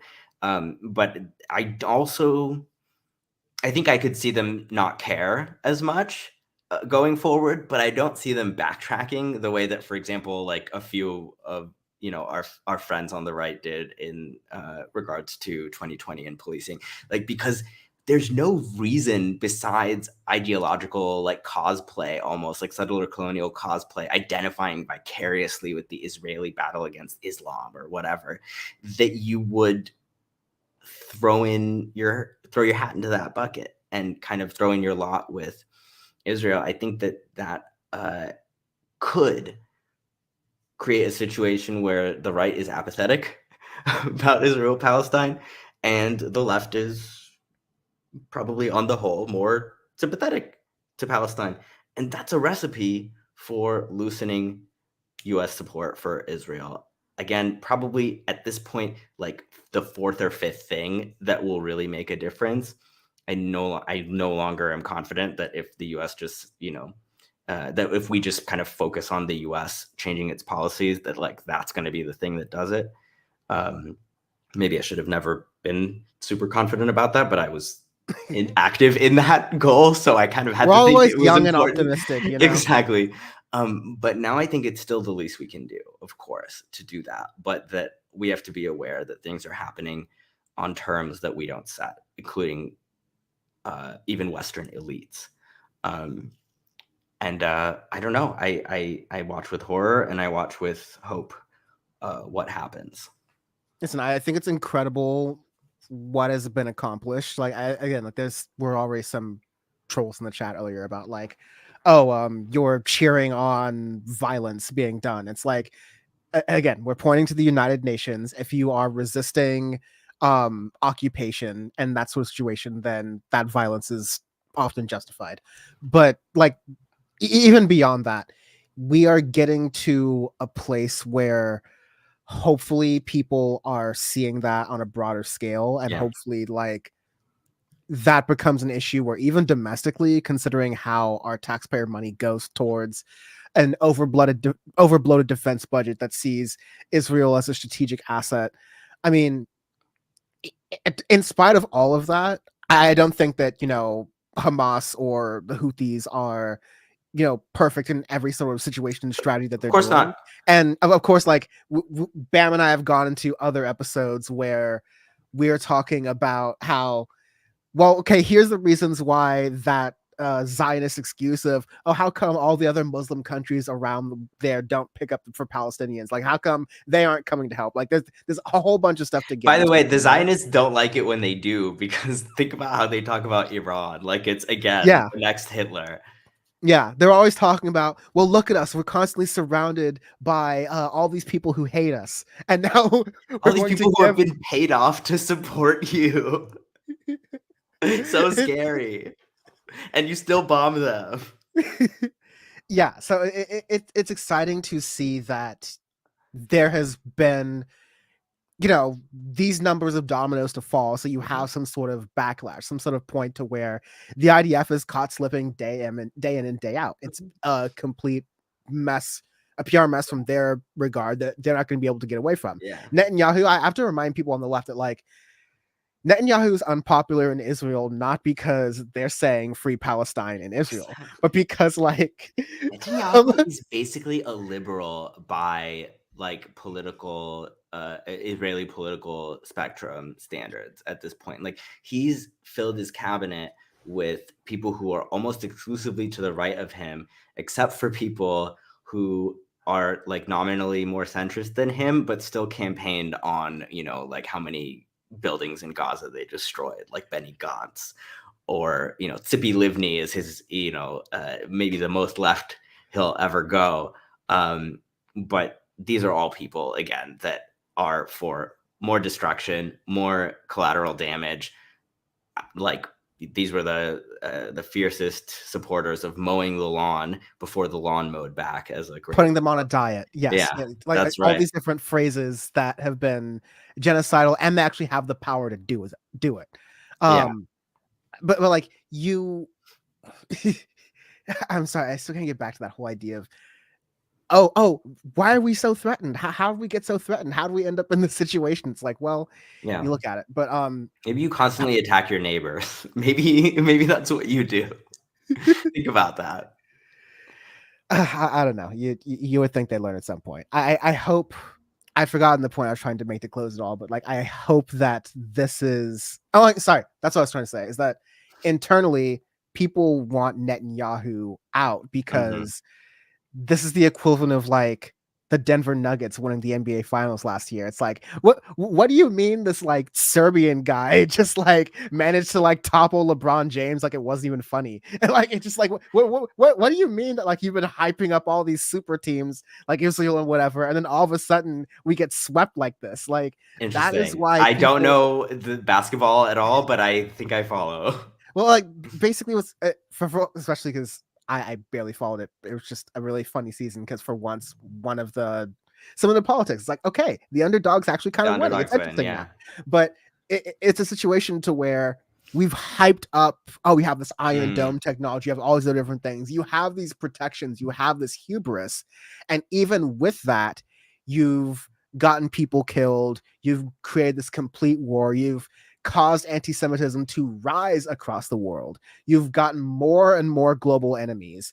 And most of all, our hostages are not home, and many of them have been killed by our own military forces. Exactly. Yeah, ass out Netanyahu.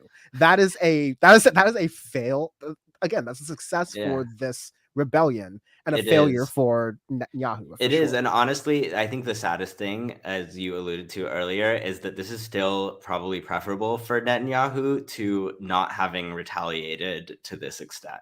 Like, probably he would have, however dead his political career is, if he had come out and said, well, you know, whatever, like maybe we'll bomb a couple of buildings and then that's it. He would have been done forever. They would have Gaddafi'd him. They would have killed him in the street. You're right. And I think that's another reason I've been really doomer this podcast, but we've been talking about Israel and Germany, which I think are doomed. So like there's certain points where you just have to say, like, I don't know how the reasonable people or the people who are radical enough to be reasonable in this country are going to gain critical mass or be heard or be a meaningful party for justice and reasonable negotiations. I just don't know how it happens. I don't know. I really wish this is definitely a point where Bam and I and you, maybe this is when we go on delete your account, but we need to definitely I would love that. We definitely need to continue these conversations, not just with like Northern Africa and Israel Palestine, how this is relating there. Some more stuff just happening domestically, how doomer we should or should not be about all these different things. Your favorite strain of weed while you were grading my papers in German classes. I don't know. Like Blue Dream, by the way. You're more sativa person. I can see that. I can see that. It was Berkeley, right? Those are great times. It was Berkeley, yeah. As if I still don't do that in fucking Oklahoma now. I'm impressed you can in Oklahoma. It's actually they have medical marijuana there, and I'm extremely sick. They supposedly do in Texas, and it's like horrendous there because they have the synthetic weed. That's very Delta 8 or whatever. That's scary. No, I don't. I haven't been to Texas yet, and I'm sure it's very nice. Freedom, baby. Yeah. Here's what I would do. I would get a German car and just drive straight on just the state roads, not the highways, and just don't put anything in GPS. Just go in random directions. You'll have a great time. Yeah, it's not that big of a state. You probably won't get lost. No, God. Thank you very much for being on. This was so fun. I love being invited on the young people things like Twitch. This is great. People loved you. We got so many great comments in here. They were so I didn't get Twitch at first, especially when it was very gamer focused. And last week I literally did decide to cancel the show and just play video games. And I got honestly sometimes more viewers than I did when I'm talking about when I'm setting up shows like this. But no, there's a great turnout for this. I wish I could just play FIFA instead of doing my podcast. No. Here's the bonus. For your members content, you play FIFA and do the podcast. Oh, that would be fun. We do have to. We've become much more Palestine focused on the show since October 7th, and so we've been struggling to come up with like what frivolous but still tasteful bonus content would look like. You've just given me a couple of good ideas. We might have to. I was thinking we might have to add an audio visual component, but now that I think about it, just listening to me play Pokemon could be just what the people want. You just gotta put it out sound there. off in the comments. Twitch chat. Don't be surprised. Yes. Check out, where can people find you? The classic podcast under. DeleteYourAccount.libsyn.com. I think you can just go to delete your account. Just fucking Google delete your account. Search any podcast app. Yeah, it's on any app where pods are cast. And we're, of course, on Patreon. We just made all of our Patreon episodes going back to the beginning of the show in 2016 unlocked. So It's a beginning of a new era. We're going to release a new bonus episode that's going to be partially paywalled very soon. But for now, you can go back and listen to 7 years of bonus content with many luminaries of the left, of which you may not even have heard because some of them were around a very long time ago. And I think that you will have fun with that. If you choose to join us, I would be very happy. And I would love to have you join us, Dan, on the show at some point too. So can I give an endorsement for delete your account? Because I discovered this even before I think I told you. Maybe I think it was after I was taking your classes, right? And I was like, oh, this is, and you may have made a joke around this much like that's like, oh, this is like Chapo Trap House for people who are sick of Chapo Trap House. That's funny. Did I say that? I probably lost about half of our Patreon subscribers just by saying things like that. So I'm glad at least somebody remembers it fondly. For people who like that style and want to like kind of move further left politically into like other things, like everyone's like, we just had a bunch of former TYT hosts, myself included, on here before. So people go on their left journeys from time to time. Yeah, they do. Right? If you're ready for that step, delete your account is a great place to go. You have great guests and great conversations there. And there's a German word of the week at the end. Actually, we've now abolished it because of everything I just talked about. It's on permanent suspension. So now my co-host Rokeya does an Arabic word of the week, which many people have said they prefer and have stopped fast forwarding during. So I think we're going to stick with it for now. Well, that's what I get. That's what I get. I should have subscribed and made my voice heard earlier. Anyways, thank you. We'll have to do this again. Absolutely. Thank you for your service. We'll talk. Have a good night. Hold it down there in Oklahoma. We will definitely talk soon. Peace. Cheers. All right. Thank you all for watching YouTube. Salute to YouTube. We've had an excellent showing on YouTube. Views are climbing down a little bit, but we had an excellent showing on YouTube, excellent showing on Twitch. A lot of great people in here. Bad Lefty, thank you for watching. Robert G, thank you for watching. Ilya Bear, Rosalba, great to see you. I'm glad you all really like the show. Morbius Dragon, happy to see you. Jenny Kelly, happy to see you here as well. Looney Tunes, Jules, happy new year to everyone. I'm going to be streaming some random stuff, probably some more City Skyline streams a little bit later, this year, the first week of the new year, just, kind of settling in. Got a lot of stuff to be working on, got a lot of stuff to be cooking, let's say. So definitely look out for that. Let's see, a couple more comments. Yeah, people were just saying great things, like stuff was informative. Thank you, Kumars. Interesting stuff. Some conversations about Portugal, some conversations about Berkeley, some conversations about Bam and I's chat history. It was all really great. It was all really good. Left of Box, I will talk about my arm tattoos at another time. Just for reasons, but I want to say goodbye really quickly because I am getting kind of tired for today's stream. I'll stream for 3.5 hours almost, so I want to do a little bit more, like a game stream after this. I have some work to get done, so I don't have time. But